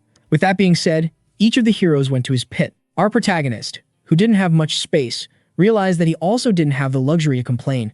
He then began to think of how his new life forced him to wake up early without the use of alarms, making him wonder whether he had adapted or changed, as this would have been impossible for him back on Earth. But he assumed that gaining power would give him the answer he needed, and while wondering about strength, he saw his partner, who pointed out how he didn't lift a finger to prevent the murder before giving him her dark, cold gaze. Suddenly, the protagonist woke up in a cold sweat due to this nightmare that left him with a feeling of unease. The protagonist realized that they hadn't been spotted yet. Our hero then confirmed that they were alone, and that they had reached the 5-hour limit. The young man began to complain about sleeping in a dirt pit to the point where he began to miss his hut. With that being exactly decided, he woke up the girl, and upon seeing how there was no response, he knocked once again, trying to wake her up, only to be met by a blade in the face. The confused young man asked for the cause behind this reaction. The girl took a small moment of silence. She explained how it was only natural for her to be ready at all times and that the reaction of the angry boy meant that they were in the clear. With that being said, the two of them resumed their journey, before confirming that they were alone once again. The lady expressed how amazing she was that the plan of her partner was actually effective, only for him to affirm that he was no fool. She then began to wonder about the monster that they would face, seeing how they were reset every day while the protagonist claimed to be wondering about the tokens. After almost revealing his thirst for cores by accident, the girl teased him about one thing: monster hearts. And as the joke got on his nerves, the young lady began to chuckle. Shortly after, our heroes felt alerted. The protagonist began to wonder about the adversity, and was left overjoyed, seeing how they were ramen soldiers. Yet despite those being monsters that they already knew how to hunt, it would be difficult to take them on. They seemed to be more numerous compared to the last floor. This could endanger any adventure, according to the lady, as these creatures would be rather difficult to slay once they grouped up. So the Wolverine pulled out his claws while thinking of how they needed to gain power as fast as possible, as his partner urged him to not jump into danger. Even so, he activated his two unique skills, before charging right up ahead and asking his partner to await his signal as she tried to stop him. Just then, the monsters realized that they were being attacked by someone who knew very well that he could only take two of them at the same time. The young man knew very well that even with the help of his teammate, it would be difficult to deal with 3 lizards, seeing how her power could only be used with an opening. Thus, our hero judged it wise to gain power as quickly as possible by using the ramen soldiers, With that being said, he resorted to his goblin claws while being determined to consume all of their cores before they faded away. Just like that, the first monster had been stabbed in the chin. The young man adjusted his position before charging at the second and stabbing him in the same way. Just like that, 2 lizard men fell to goblin claws. So Young was amazed to see that her partner had gained power once again upon seeing him take 2 lizards at once. After a quick butchery, our hero had his first meal of the day and felt that the fact that he had found 2 cores was a sign of fortune. With that being said, the young man claimed that he was thankful for the meal, while the lady was left with a dark expression. As she began to shiver in fear, An So Young proposed to move quickly, which confused the young man who just got a stamina boost. The lady explained that they needed to move early in order to gather intel about the other floors and the monsters residing in each of them. Our hero tried to argue that they still had half a day to spend here, so she affirmed that this wasn't about time. Seeing how they had more than 100 kills each, they should focus on gaining power and surviving, and that intel that doesn't come from Haunt was the best way to do that. Despite agreeing with her logic, the young man still wanted to farm a little more, as keeping up the pace would allow him to earn himself rank 6 health at the end of the hunt, as well as greatly boosting his other stats. So he decided to convince the girl to stay a little longer here by claiming that it would be for the best to not abandon the monsters they were most familiar with. An So Young claimed that it would be in their best interest to know about the other monsters as well as the other teams, while the protagonist claimed that he only had 86 kills. And despite the lady thinking that it wasn't much of a big deal, it would be for the best for him to reach 100, as one couldn't predict the future. The warrior claimed that he took a liking to the lizards, so he affirmed that it wasn't the case and that he just wanted to farm the monsters he knows the most about. And when asked if he didn't have any ulterior motives, the hero affirmed that he was only trying to survive this event as smoothly as possible. The girl was left to think, and she claimed that he only needed a little time, leaving her with no choice but to agree on the condition of quickly leaving once he was done, as intel was crucial, seeing how things would keep on getting trickier. An So Young realized that she was forced to accept, as discord would only bring them harm. Cha Muyuk, who realized that something was weird, began to fear the worst, as his partner looked at him strangely. Shortly after, another lizard had been stabbed, by none other than the protagonist. When asked if he had enough, he confirmed, leaving the lady angry, seeing how he had killed 17 more than needed and wasted 2 hours. The core consumer tried to argue that it was only natural, as they were perfecting their teamwork before bringing off the tokens to console the rushing lady. He also realized that he had lost control of himself due to his deep desire to level up,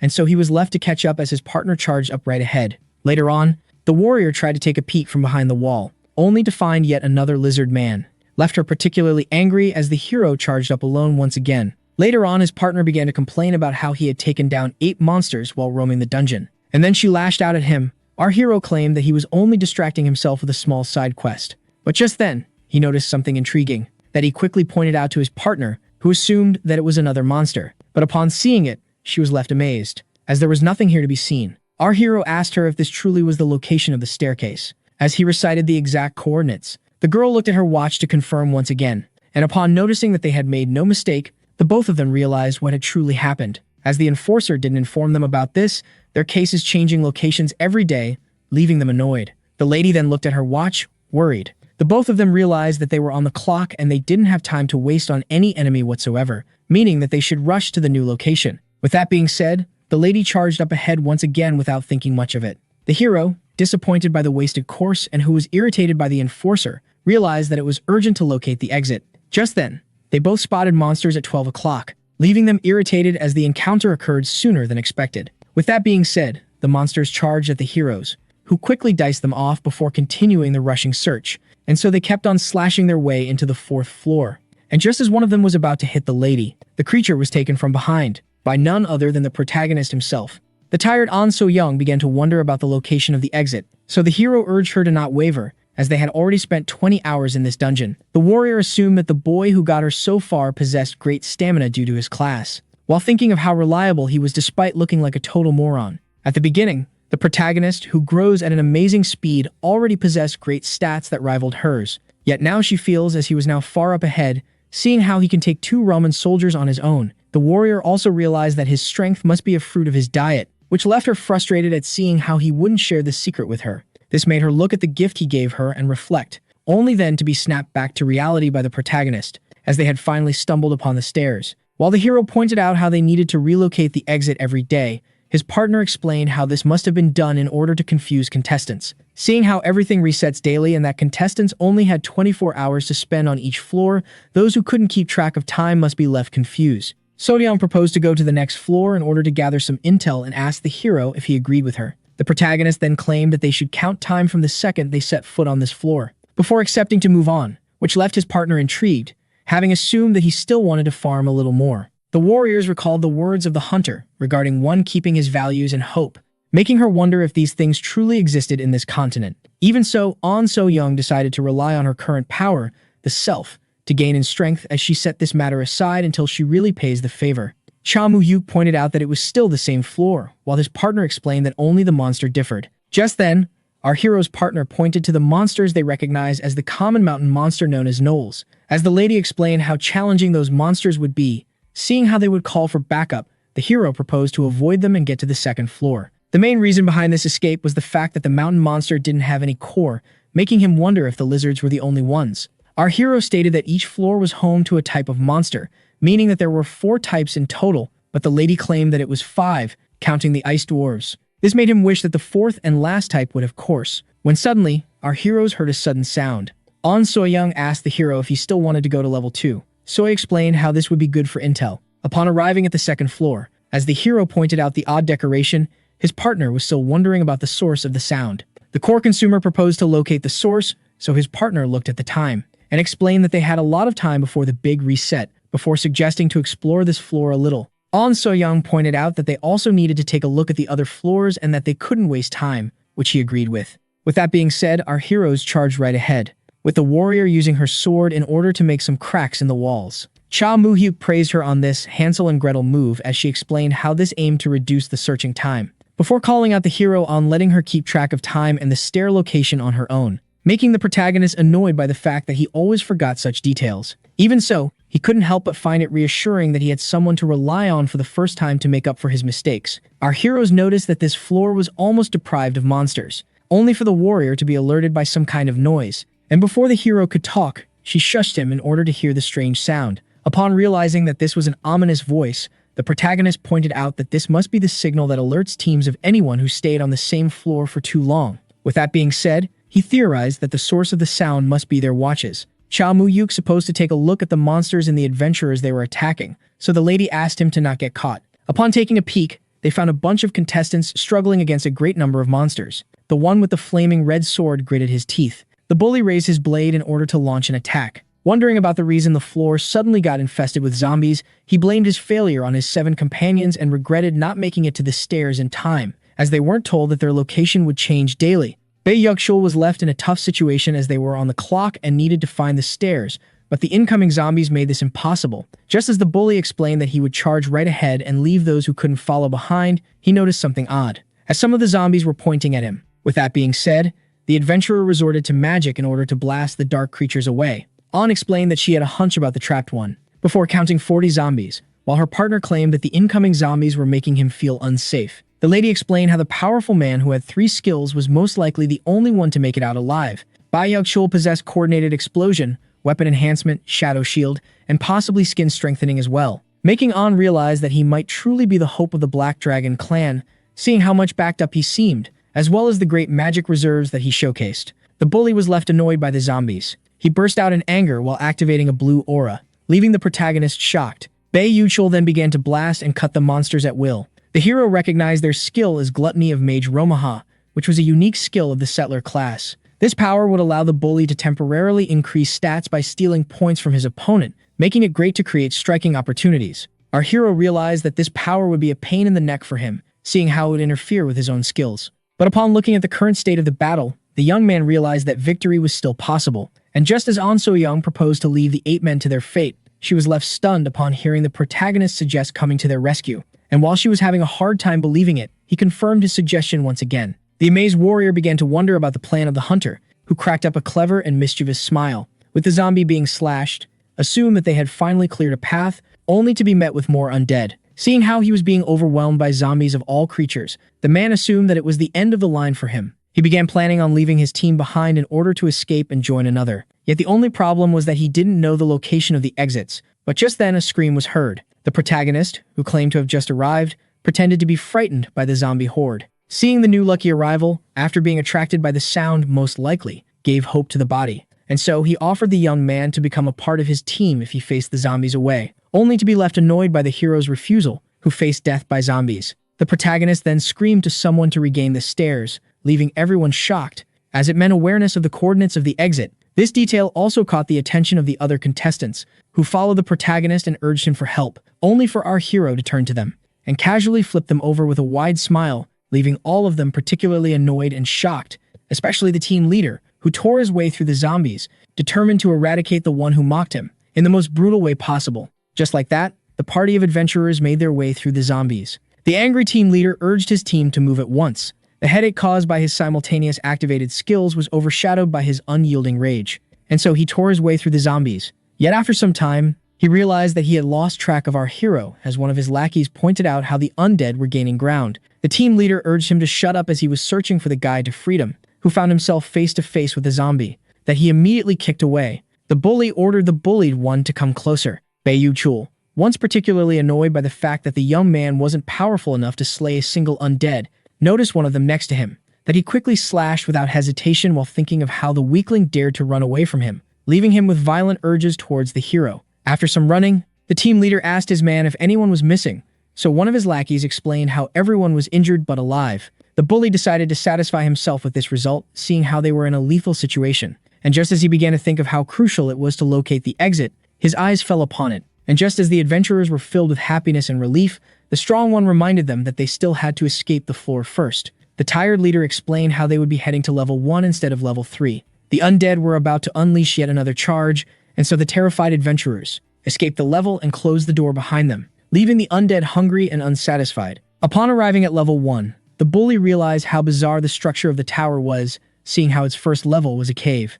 And just as he wanted to resume his search for the lackey, he was suddenly approached by one of his men, whom he urged to search for the one who mocked him. Yet the young man affirmed that they needed to reorganize themselves first, seeing how the troops needed to take some rest and tend to their wounds in order to be able to fight once again. Bei had no choice but to resonate with this logic, as rest was currently an urgent matter. Thus he asked his men to find a place away from the entrance in order to avoid opponents. Meanwhile, our hero heard it all from behind the wall, and was amazed, as well as glad that he had correctly predicted that the adventurers would head towards the first floor. So he asked them to do their best in order to make it out alive, even if he wished for their deaths. Shortly after, he approached his partner, who launched out at him for not arriving on time, so he explained how he had to stay hidden until the enemy left. Cha Mu-yuk began to brag about how his plan to rescue the enemy without them noticing was a success, and claiming that the zombie made his act more realistic. The weirded out girl decided to ironically praise him. Our hero asked her for the reason she commenced without him, despite the risk of being overwhelmed by zombies, and so she pointed to the sound coming from up above,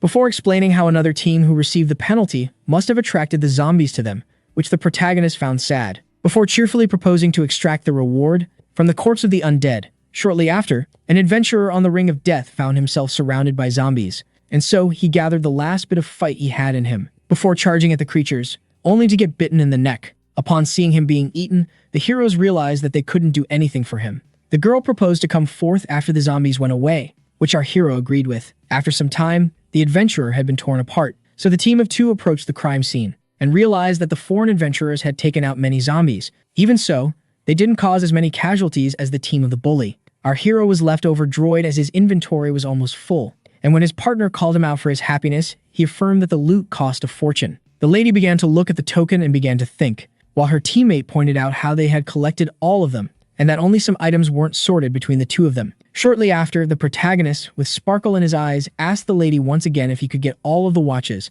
so she explained how she didn't care about the scoreboard. One asked if he didn't want any armor. Our protagonist claimed that he would content himself with the hatchet. That didn't look good on him, according to the lady, leaving him irritated. With that being said, I decided to take a look at the kills inside the watches. The young man was amazed to find 629 kills inside the 4 watches. Yet this was too little, as the 10th place had almost 4,500 kills more than him. But he believed that he could surpass him in the 7 days that were left. Our hero, who didn't want to get his hands dirty, also needed to take care of the bully, who would use the sheer number of his team to overwhelm everyone else before betraying his own allies and stabbing them in the back in order to take everyone's kills. But this would probably leave the man injured, as the one he just betrayed would surely try to defend themselves.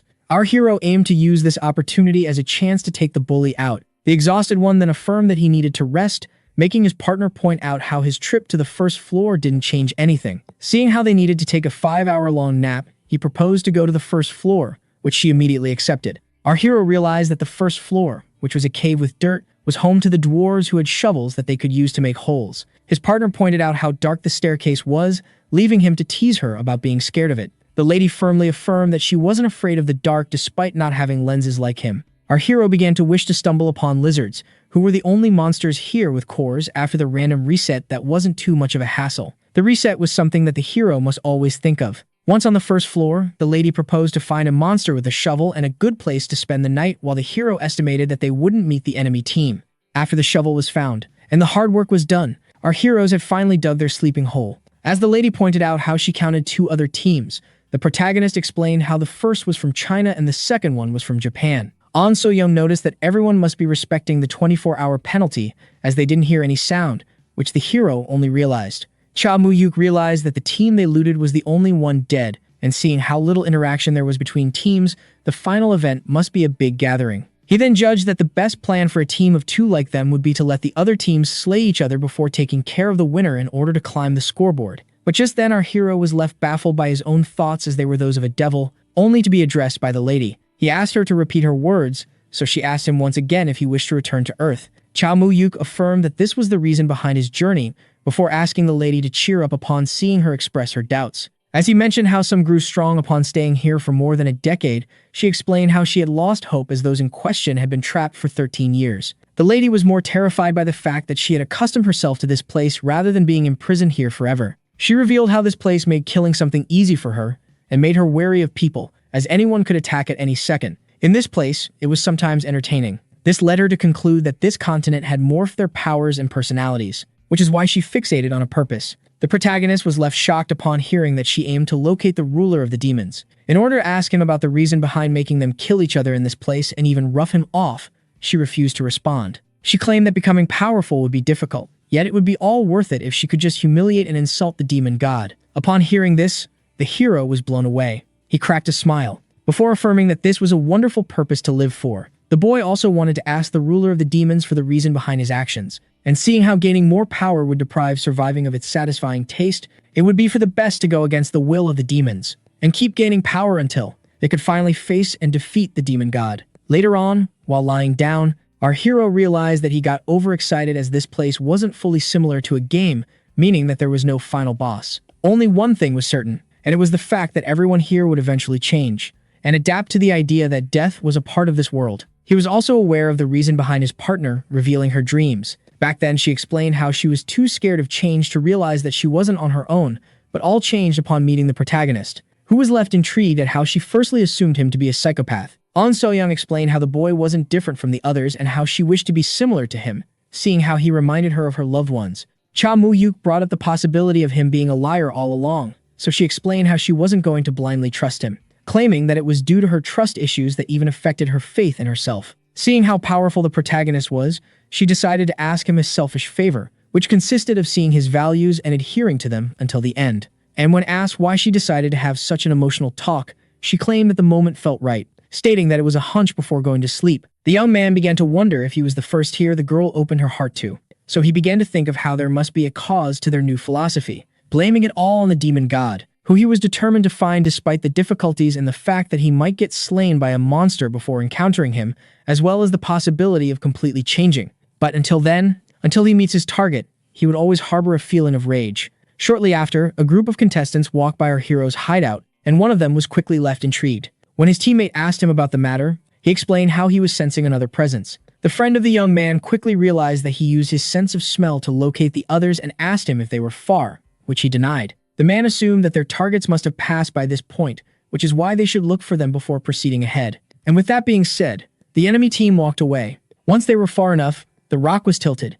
Our heroes had confirmed that they were now once again alone. An So-young stretched herself while Cha Mu-yuk pointed out the time, explaining how they had less than 6 hours on this floor, which wouldn't have been a problem if it weren't for the staircase changing locations. Later on, while walking on the first floor, the hero expressed his desire to meet Ramon's soldiers, making him inspired to call him out for relaxing, claiming that they might stumble upon a horde. Hearing the hero claim that the two of them could handle it together, the warrior began to wonder if he was laid back or just a complete moron. But just then, our hero was left startled upon having spotted a group of lizards. Seeing how there were 3 of them, The young ones quickly realized that the number of monsters increased by 1 with each day passing. The girl asked him if he wanted to proceed with the regular plan, but our hero decided to change the strategy. Claiming that he would distract them and leave her with a final blow, he affirmed that he had faith in her with a wide smile, leaving her flustered with a blush. The protagonist wanted to use this opportunity to gain power, as he knew very well that he could handle 3 ramen soldiers on his own, and with that, he charged at the monsters, immediately slashing 2 of the 3. And before the last reptile could even understand, the lady charged at him. And before the monster could even realize it, he was stabbed in the gut by a human girl. Just like that, the 3 reptiles had been defeated. Our protagonist pointed out how this was easier than expected and how crucial experience was. But his partner knew very well that his sudden increase in speed wasn't the fruit of experience. And as he proposed to dissect the monsters in order to get their rewards, she realized how this was related to his diet. Just as the protagonist was lost in his thoughts, she asked him if this was a skill. When asked to elaborate, An So-young explained how the particular diet of the protagonist was the reason behind his immense progress, leaving him horrified. The young man assumed that it was now time to tell the truth, as she must have grown suspicious of him, seeing how much course he had consumed without mentioning how he would have eventually revealed the secret to her. An So-young took his silence as a refusal to answer her question, but the young man affirmed that it wasn't the case, as he was just curious about her question. The warrior explained how she also sought strength, claiming that he must have a skill that gets triggered upon eating. This intrigued our hero. Just then, he recalled a skill that fits this description.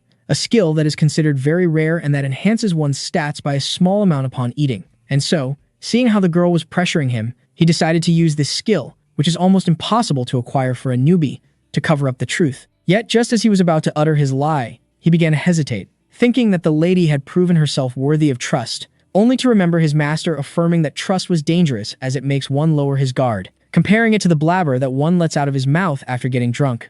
And despite this causing only embarrassment in the real world, it would be lethal on the continent, as the core secret was a wild card that must stay hidden. With that being said, the protagonist affirmed using a skill. In the end, he decided to lie, falsely confirming the doubts of the girl regarding his fast growth. The young man was that flustered as his partner approached him, claiming that she just needed to make sure. And when asked about the place he obtained this skill, the young one claimed to have found it while hunting. Due to his amazing luck, the amazed lady stated that she was jealous of his good fortune. She explained how she had fallen and assumed that there was a lazy way for one to gain power, which the hero immediately denied. With that being said, the warrior suggested to the hunter to farm some more while looking for the stairs, which he accepted. Cha Muyuk was amazed by how easily she believed him, thinking that it wasn't time to reveal the truth to the one who knows he has hidden secrets. Seeing how his master firmly advised him to be wary of people, and seeing how the warrior was the type of person to do anything for power, he had to make sure she was worthy of the same trust he gives his master. Thus, he decided to keep on lying for the time being.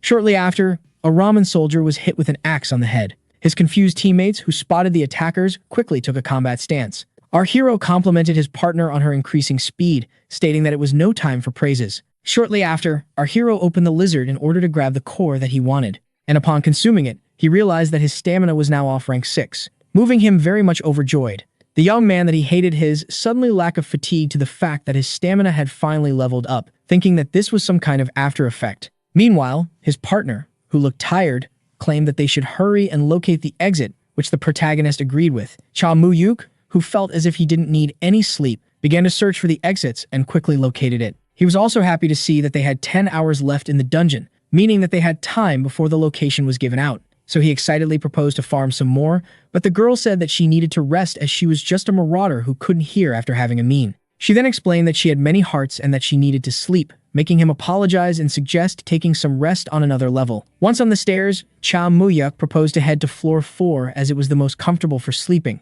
The young man realized that he had been selfish by hunting with no regard to his partner. Once on the desired level, the hunter began to wish for the presence of the reptiles in it, complaining that they should spawn more. With everything being set for the nap, the girl explained that she desired to sleep more than 5 hours, claiming that she would need 7 hours in order to match the fast-growing protagonist. With that being said, each of them went inside their respective holes before bidding each other goodnight. Once inside, the young man found himself full of energy, so he decided to go outside for farming while keeping an eye open. While walking down the mines, he began to think of how rank 7 could only affect skills of the same rank, meaning that only stamina wouldn't be affected by the hunt. Cha Muyuk decided to take this chance to increase his slow-evolving magic power, seeing how Rush had a much smaller reset time now. Just then, he stumbled upon a colony of fallen dwarfs, and just as he decided to use stamina points to increase his other stats, something went wrong, leaving him horrified as his unique skill wasn't working on his rank 6 attribute. Our hero still couldn't grasp the problem, only to be then spotted by the monsters, which left him alerted as all of them charged at him at once.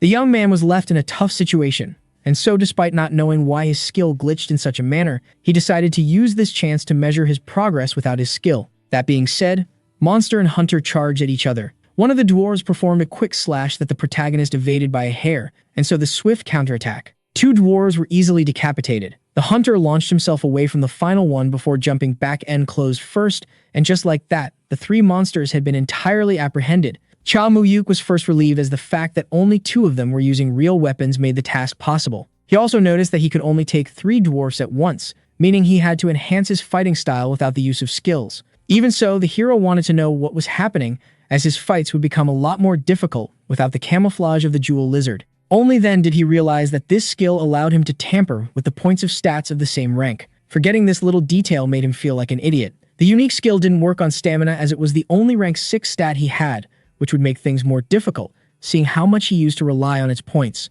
He also didn't want to bother his partner too much, so he decided to go solo for a short while, relying on his skills. And despite his wish to look for the lizard people once again, he would be rendered in a critical situation if he stumbles upon an enemy team while on his own. With that being said, he decided to hunt without using his skills until the dawn of the next day. Meanwhile, as An Soyoung was sleeping, she saw someone trying to grab her. Upon seeing this, she quickly kicked him in the family jewels, leaving him in agony as she began to run away. But just then, the girl was grabbed by the arm by the aggressor who pulled out his weapon, and with no way for her to move, she was about to get stabbed, only to wake up. With that, the lady opened her eyes in cold sweat as her partner claimed that she had slept for too long and that he was going to open the pit. She affirmed that she would come out shortly. Upon looking at the time, the warrior realized that she had been asleep for more than 7 hours. An So-young asked her partner how much sleep he got, to which he replied none, leaving her shocked as he explained how he just couldn't shut his eyes. The young man began to brag about his time in a going up rank, claiming it to be the reason behind his exhaustion suddenly disappearing.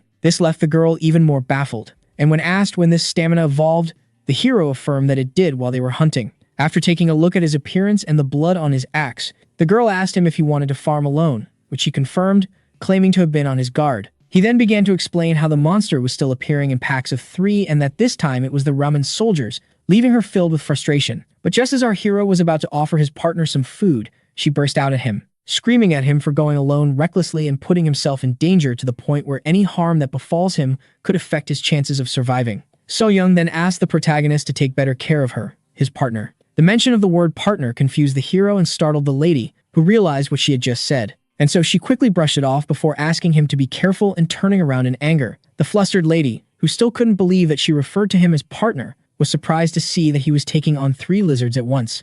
As he apologized once again, she finally convinced herself that he was telling the truth. And with the final apologies, she decided to close the subject. The protagonist was left confused as he was asked for something. The warrior clarified that she wanted some of the jerky he was chewing on, which left him pleased. And so, as he handed her the food, she began to think of how nothing in this continent was worthy of trust. Before taking a bite, and stating to the cook that his food isn't as nasty as it looks, while thinking of how her new partner could be someone she could trust. 4 hours and 15 minutes into the 5th day, and the sun dawned on 23 survivors. The largest team in the contest, led by the bully, despite the hardships it had faced, managed to get back on its feet and recover due to potions. The second biggest team was this Chinese one with 7 people, followed by the Japanese with 6. 5 days into the contest, and only 4 people had fallen. But things truly got complicated after the 5th day, as the teams, overjoyed, did not clash or encounter each other. Meanwhile, our heroes found the staircase. The warrior proposed to take some time off on the knoll's floor, which was more challenging than expected according to our hero.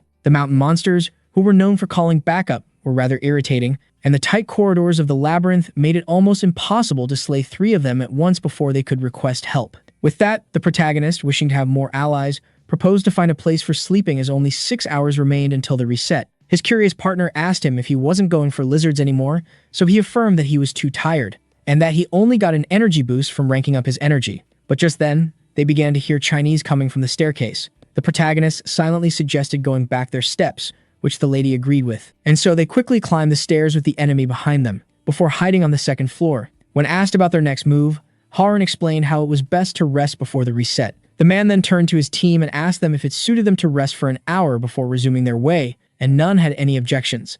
With that being said, the Chinese team took a break. The hero then began to judge their leader on his poor decision to make his team rest near the entrance, but his partner assumed that it might be intentional. Our heroes quickly recognize the powerful-looking Howren as the boss of the team, despite having despicable gazes according to the young man. Just then, a bald man approached the leader and asked him if it wouldn't be wiser to rest far from the entrance, to which he replied by claiming that someone was already on guard duty, when suddenly, they were approached by someone who pointed out the great leading skills of Howren. The lady then pointed out how the members of the team were being considered pawns for their master, who wanted to climb the ranks. Howren asked Renhwa to keep her mouth shut in order to keep her life. He then explained how everything was growing great and how he was making sure to keep his stuff while rested as they progressed pretty well, before claiming that what matters in this tower were the rankings, meaning that they needed to gain power, and that the three of them were the core of the team that earned the rewards. The leader then gently placed his hand on the lady's neck and stated that if she ruined their plans, that must be executed, before many grabbed it, that he wouldn't even spare her if he had to rework his plans. The shocked Renhwa then cracked this smile, and gently grabbed his face, calling him interesting before revealing her desire to see the plan perfectly executed. This scene earned the both of them the jealousy of the single ones. With that being said, Howren praised the clever woman. Meanwhile, our heroes who saw everything labeled the both of them as a couple of psychopaths. Muyuk pointed out how the man was after the scoreboard while his partners suggested to come out once they were gone. But the protagonist began to think of how they would stumble upon the Chinese team sooner or later. So Young then stated that the howling monsters would be a problem, which is why they should take a small break, only to realize something intriguing, as the monster eater was smiling like a madman. And when asked about it, he claimed that it was only a normal smile. With that being said, the warrior had no choice but to drop the matter. When asked if he was planning on fighting the Chinese team, the hero affirmed that he wasn't such a big fool. So he whispered his strategy to his partner, who burst out at him for the madness he just spoke, leading him to have no choice but to silence her. Cha Mu-hyuk explained how they were bound to meet this teen who would kill anyone in their way, seeing how they were focused on the rankings, and their leader would be annoying due to his strength and intelligence, meaning that his plan required the dog-like monsters would be perfect to gain the upper edge. And so he grabbed his partner's hand, leaving her startled with her right face as he claimed that he was speaking from the bottom of his heart, before affirming that her presence was certainly going to make his plan work. Upon hearing this, the girl recomposed herself, and angrily asked the boy to let go of her hand. The tsundere who agreed to the plan asked the protagonist to stay out of harm as she would abandon him in that case, leading him to express his gratitude. Shortly after, as the Chinese team progressed to the dungeon, the Wild One assumed that there were many contestants on the floor with them due to the constant howling. This was only more confusing as it didn't seem that the 24-hour penalty had been activated. Haren began to think of how odd it was that the noise started shortly after they resumed their way, and upon thinking of how locating someone in this means was difficult, he realized what was truly happening. The Bald One asked him if there was something that mattered, only for the team leader to urge his allies to hide as they had fallen into a trap, but all were left too shocked to react. So the team leader realized that the trap had already closed.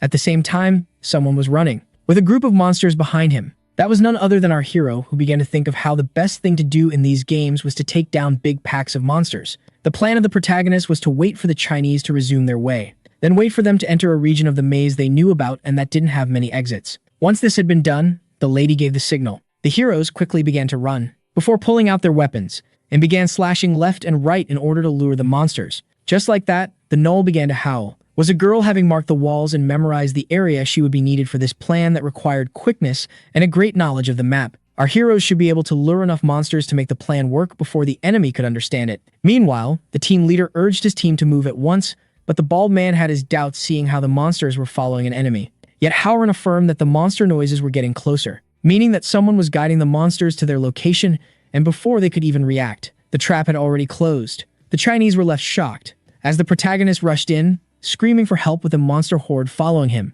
This left the Chinese confused, and so they urged the young man to get out of here as he rushed towards them. The team leader knew very well that the protagonist was luring the monster towards them intentionally, followed by the few monsters that would attract the others. And just as he urged his team to escape as fast as possible, An So-young came running with more gnolls. And here was the crucial part, as she then spotted the desired runner. Yet as the Chinese began to argue about their next course of action in panic, Wolverine suddenly passed through them, and charged at one of them, before slashing his weapon past him, and running away, with a speed that amazed Howren. And so he urged his team, who were panicking, to follow the fleeing protagonist. Suddenly, the Chinese team was caught up by the monsters, making them lose track of the hero. And just like that, the adventure found themselves surrounded by the dogs. Even so, Howren urged the German to fight until the end, screaming that they should forcibly carve their path to the exit. The couple then asked each other to stay alive. And with that being said, the mountain monster launched its attack, only for the team leader to charge at him, and hit him on the side with his blade, that he imbued with some sort of magic.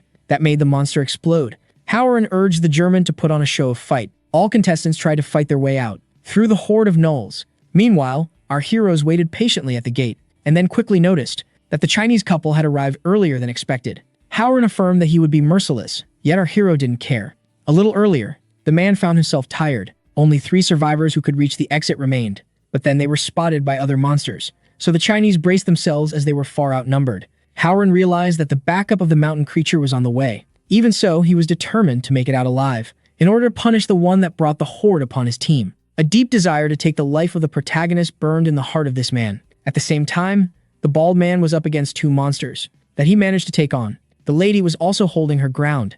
By taking out the monsters, she then decided to check up on Chen, who affirmed that he was alright, only for the dog creature to sneak up behind him and leave the girl horrified, as he was suddenly bitten in the neck. But before she could avenge him, she was grabbed by the team leader, who affirmed that they needed to retreat at once. Manhwa agreed to follow him with tears in her eyes, and with that being said, the both of them made a quick escape. Shortly after, the remaining Chinese managed to shake off the monsters. Manhwa pointed out how the arm of the man was injured, yet Howren affirmed that it was nothing and that it would heal soon. When asked if they were the only ones who managed to make it out alive, the lady broke into remembering her bald friend, only for a gentle hand to be placed on her shoulder, affirming that they would mourn him later. Howren was full of rage as he stated that their current priority was to eliminate the hero. After walking for some time, the Chinese couple finally made it to the exit, only for the man to be left alerted. Upon spotting the protagonist, leaving him invaded by fury, Chao Mu Yuk just noticed them, claiming that they had arrived earlier than expected.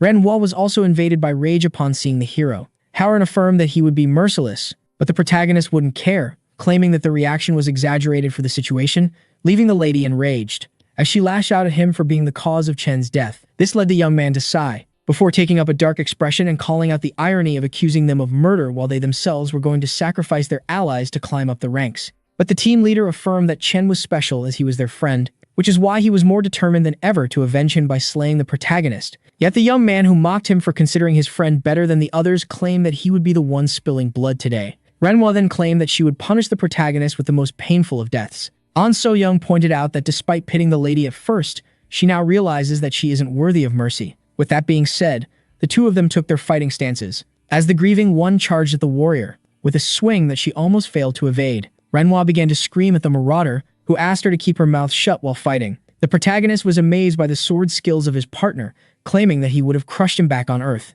Howren then asked about his identity, seeing how he only took the Japanese team and the largest squad into consideration, so he angrily demanded our hero to present himself. Even so, Chao Mu Yuk failed to see the point of it before claiming that the swordsman who fell into his trap couldn't possibly defeat him and that he was longing for this encounter. Howren, who didn't deny the fact, affirmed that the strategy of the young man was bound to fail and that he was eager to explain the reason behind it. Just like that, goblin nails clashed with steel. The two men expressed how each of them was surprised by the strength of the other, only for the Japanese to push the Korean away with his sword before charging at him with a deadly slash that our hero evaded at the last second. The both of them then redirected their weapons in order to bombard each other with a marriage of attacks, realizing that his opponent, despite being weakened, was still someone powerful who knew martial arts.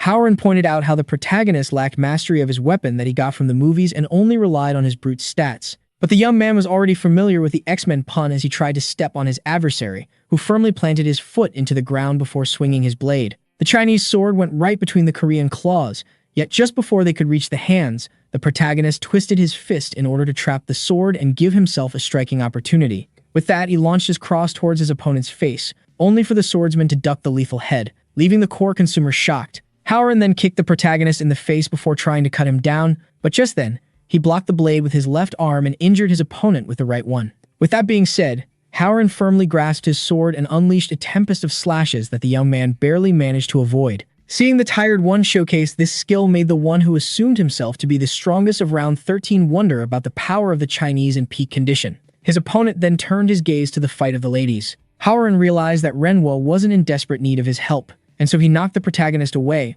only for him to quickly stop his course using his claws. The swordsman proposed to end the duel quickly, and so they both agreed to use their strongest moves in order to end the fight. With that being said, the contestants raised themselves for the final clash. Howren, who analyzed his opponent, realized that he would try to enhance himself before charging against him. He also assumed that the type of hero was vulnerable to long-range attacks, and even if he evaded the long range, he would still be taken down in the short range that follows. Meanwhile, the Korean began to recall his master as he was uncertain of his victory, which is why he decided to put the odds in his favor. With that being said, he realized that he was left with only one option, and so each of them charged at the other for the final clash. Each of them also decided to use their trickery. Our hero dodged the long-range attack of his opponent by jumping into the air. Do you think the Chinese alerted as he prepared himself to throw the axe? Cha Mu-hyuk quickly acted, only for Howren to evade with no problems and call him out for the weakness of his so-called last move as they clashed blades once again. But just then, the man noticed what had truly happened. An So-young couldn't believe her eyes.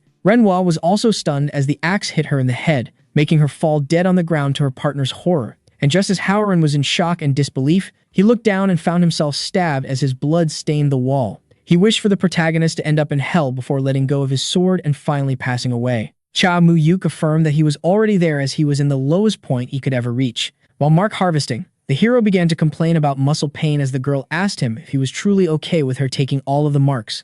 The protagonist affirmed, claiming that it was just a surprise attack and that their plan was a success thanks to her, with a cheerful smile only to be met by dark gazes. The lady then turned to the lifeless body and looked into her lifeless eyes, which plunged her into her own thoughts. With that being said, our heroes decided to resume their way, and decided to hurry as not much time was left. The girl knew very well that the boy only did the necessary to survive, which meant killing others like everyone else. She also acknowledged how brilliant his plan was regarding diversion and wiping out the enemy. And despite knowing all that, she was invaded by an ill feeling. A little earlier, when the Chinese were fighting our heroes, the bully was clashing blades with another team. He then decided to use his free hand to try and grab the face of his opponent, only for his hand to be quickly pushed away. The event then charged at him, and just like that, long sword clashed with katana. With a distance between the two of them, each man had now his back facing towards his team. Bae-yeogchul looked behind him, looking at his dead man while thinking of how they were easily found by the enemy. The Japanese took the two of them, who had great skill in a surprise attack,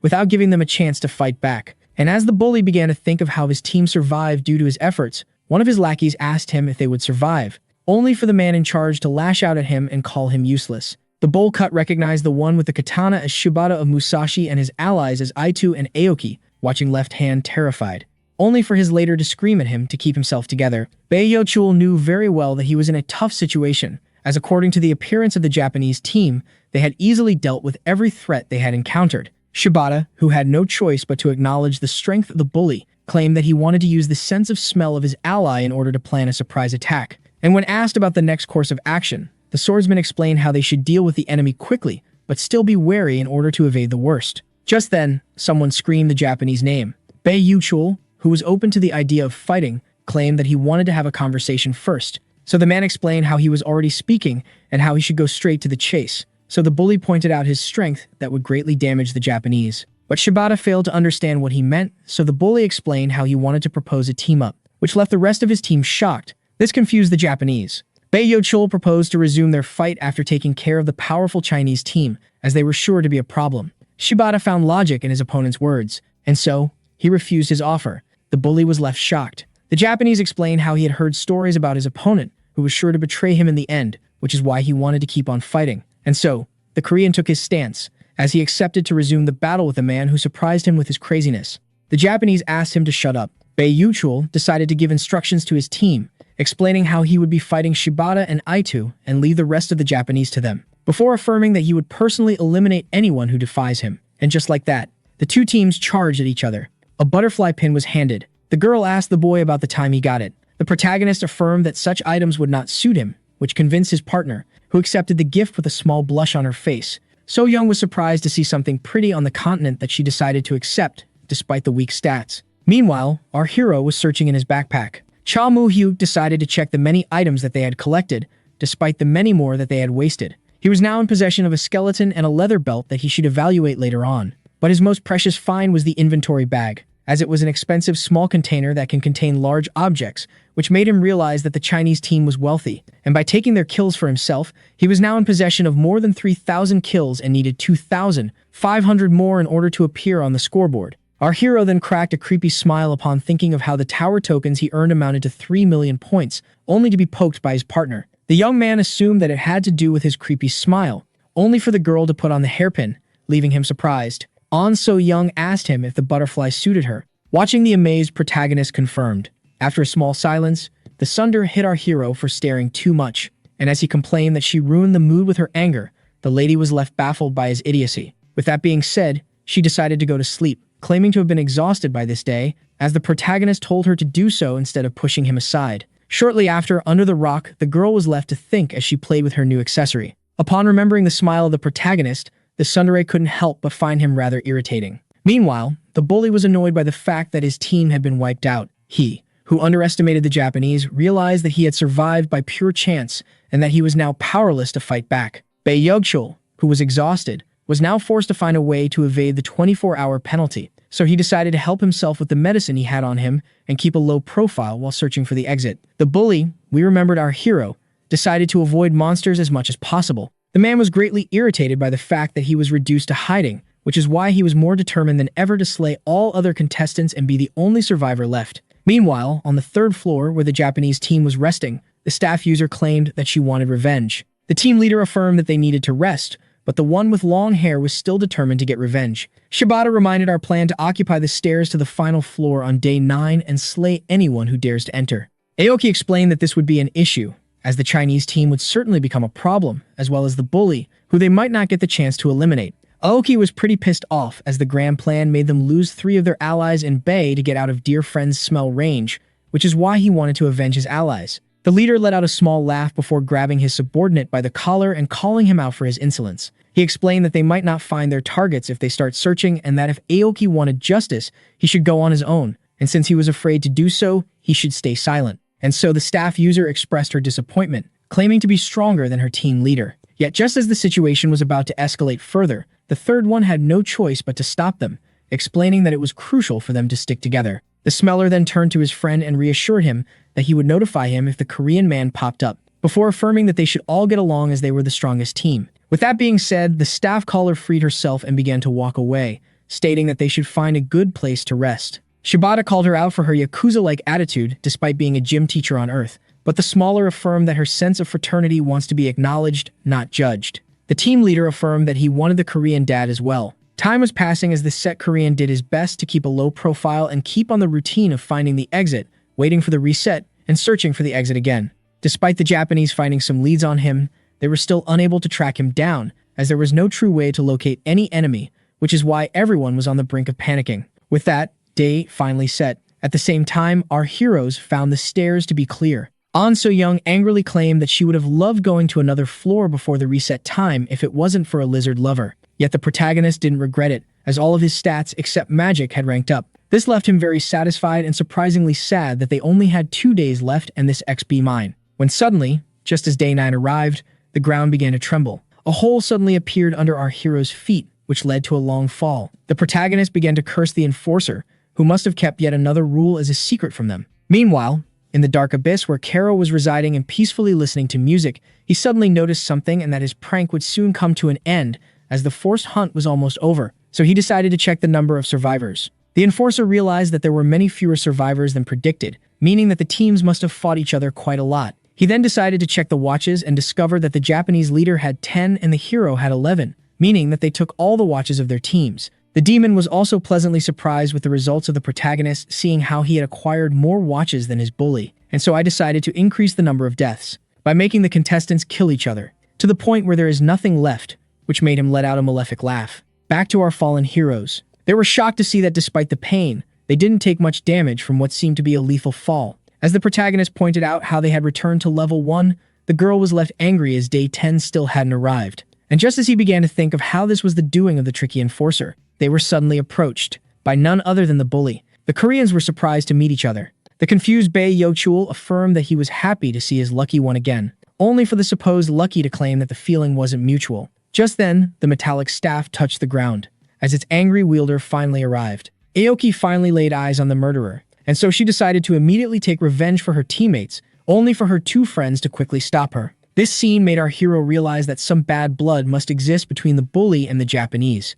Bae Yugchul realized that the fact that they had all fallen to the first floor was the doing of the enforcer. While the Japanese team neither tried to calm down his subordinate, the bully, having realized that the lady was angry at the death of her comrades who attacked him, claimed that he was the real victim, as his entire team was wiped out. Aoki asked for the reason she was still being held down, so the leader claimed that she should read the room. As the presence of our 2 heroes, who might be allies of the bully or of the absent Chinese team, could make things tricky, meaning that the battle move would be to abstain themselves for now until they are certain of the power of these two. Shibata assured her that she would eventually get her revenge. The bully failed to grasp the reason behind all of this drama, seeing how the Japanese team was recently put up while the hero was trying to convince his partner to go with his plan. The lady who disliked the situation realized that it was their only option. With that being said, the one with the innocent smile decided to share an idea, leaving all others intrigued. Bae Yugchul affirmed that this was no place for our hero's suggestion, only for the protagonist to ignore him and propose a big team-up. But just as the bully affirmed that this would be impossible,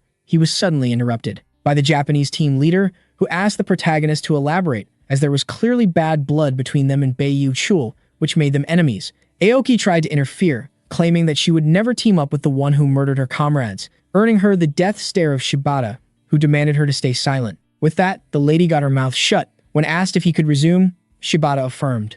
The hero, who claimed that the return to the first floor was the doing of the demon, pointed out their few numbers and that each of them were the sole survivors of their teams. The Japanese team leader confirmed that they were reduced to 3 and that the once largest team only had 1 survivor. This angered the bully, who proposed to have the final fight with the Japanese right now, only for the protagonist to affirm that the Chinese team still had its 7 members left, claiming to have spotted them on level 2 just recently with no members missing and that they must be somewhere else on the first floor. The young man then claimed that the demon wanted to unite the small teams for the final fight. The protagonist then explained that they would have a much harder time surviving if they killed each other right now. Bae Yugchul expressed his doubt, so our hero claimed to have no proof of what he was saying but stated that a team-up was better than nothing. Cha Mu-yuk explained that it would be for the best to have many allies, seeing how the demon must still have some more surprises for them. This left the bully to think, as well as the Japanese team leader, who accepted to team up to his subordinate's surprise. They tried to convince him that working with Bae Yugchul was a bad idea, only for him to claim that this was for the best,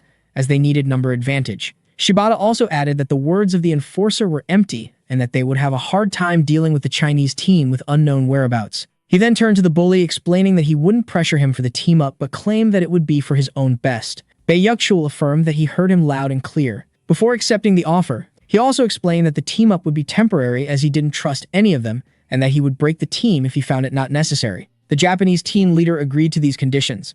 As the team was formed, the girl began to think of how amazing her partner was for quickly coming up with a plan and making enemies work with each other. But now came the tricky part, as this alliance was certain to not last, seeing how it was built on a lie, meaning that once it is dissolved, the true winners would be revealed. Shibata then pointed at someone, claiming that he would walk in front. The boy affirmed that 2 things were irritating him. The first was receiving orders, and the second wanted to be put up front. But Shibata explained that he only asked for this due to his skills. Yet the bully didn't want to do it due to the vengeful lady that would stand behind him, but her leader affirmed that she would be harmless. Shibata then explained that it was only natural for him to give orders as his team was the biggest of the entire alliance. With that being said, he decided to initiate a vote regarding whether Bae Yugchul should take the front, and with 5 hands being raised, it was decided. The bully was particularly pissed off at the protagonist, who also raised his hand. This left him greatly angered at the hero, who he decided to take revenge on before stating that they would take turns at the front. He then turned to the warrior, who was confused by this sudden gaze.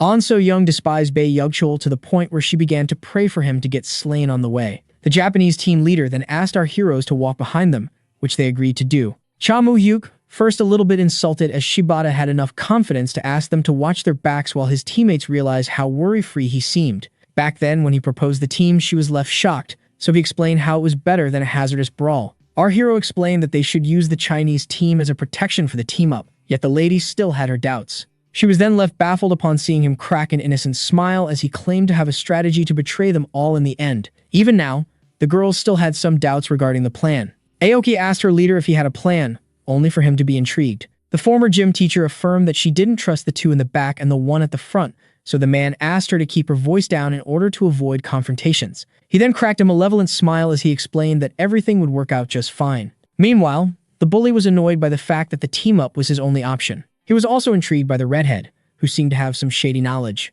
Even so, he decided to drop the matter. With that being said, all of them decided to wait for the perfect opportunity to commit betrayal. After 4 hours of roaming and finding the stairs, the hero pointed out how they were faster than expected as Shibata explained how only normal dwarves were residing on this floor. With that being said, the word decided to bid them farewell, as he rushed to the stairs while ditching his team, leaving everybody baffled. An So-young expressed how stupid it was for the Black Dragons to support such an idiot, so the hero explained how he must have a hidden quality. With that being said, the staff holder was the second. Shibata was shocked to see that these two had survived this long, so the lady affirmed that she didn't want the subject of her events to disappear once again. The leader explained that the bully was powerless alone, which is why they should just go to the upper floor. Shortly after, on level 2, Bae-yug-shul was sitting like a good little boy, which confirmed the theory of the Japanese man. The bully pointed out that he was surprised by the map changing, so the staff user explained how they were aware of this since floor 1. She then explained that returning them all to the first floor was the only thing that gave the map shift a meaning before calling out the bully for wanting to initiate a sneak attack. And as he expressed how irritated he was by the enforcer, the Japanese team leader asked him to keep calm as they needed to find 4 more staircases in less than 20 hours. The angered one asked the man to stay away, threatening to kill him, yet Shibata remained at ease. Our heroes realized that they were on the clock, and what an end-a-top situation as they needed to find the final staircase as well. The Japanese man urged the Korean to move. The bully tried his best to contain his anger, while thinking of how the chance to kill the irritating one would present itself. The Japanese warned their leader that they should be more worried about the hero in the back than the brute up front, as they couldn't help but feel like pawns in his master plan. Shibata raised both of them for thinking correctly, yet asked them to pay him no mind as they were the strongest in an alliance that everyone was keeping up until floor 5. He was also certain that they could eliminate their teammates without fail when the right chance came. Shortly after, Bae-yug-shul, who was disgusted by the undead, used a skill to fend his way through them. As he threw explosions left and right, the Japanese acknowledged his ability to carve a path, as their leader pointed out how it was only natural from someone cherished by the Black Dragons.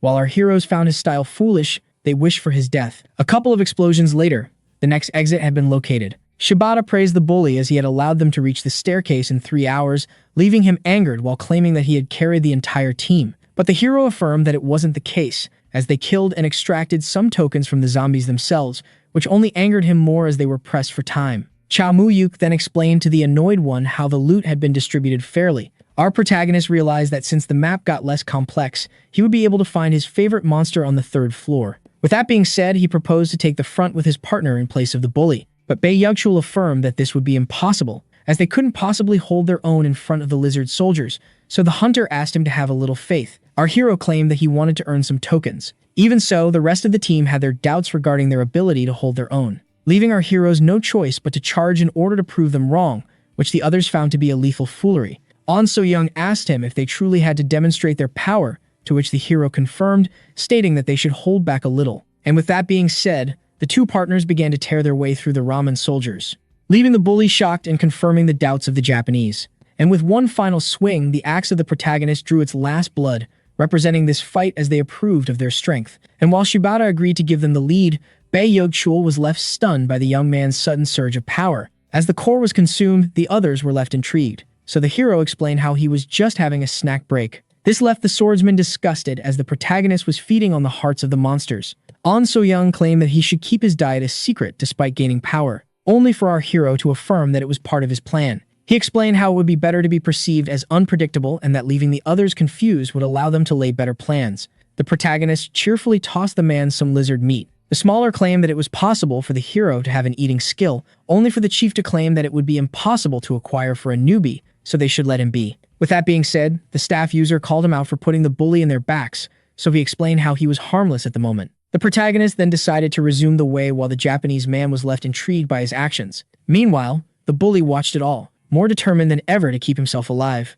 As Cha Mu-yuk explained that they cleared the floor in 4 hours, the Japanese man explained how they would have been quicker if it wasn't for his quick snack break. Our hero claimed that he was too hungry, yet in reality, he had no use for cores anymore. Since all of his stats were now rank 6, he would need cores of the same rank to make them evolve. Thus, the cores of the lizard men of rank 7 were now useless. Even so, the remaining survivors were still pretty strong, which is why he decided to lower them to his level. Cha Mu-yuk planned on playing with their minds and instigating them, to the point where he could slay all of them in order to become number 1. His partner watched in silence as he cracked yet another evil smile. Once on the 4th floor, Shibata decided to discuss some details, as the untrustworthy enforcer claimed that the antonyms of the last floor would appear on the last day, meaning that they might still not have appeared yet. And so he proposed the team scatter for the search while still being wary of the Chinese team, who was nowhere to be seen. With that being said, all began to search for the final staircase.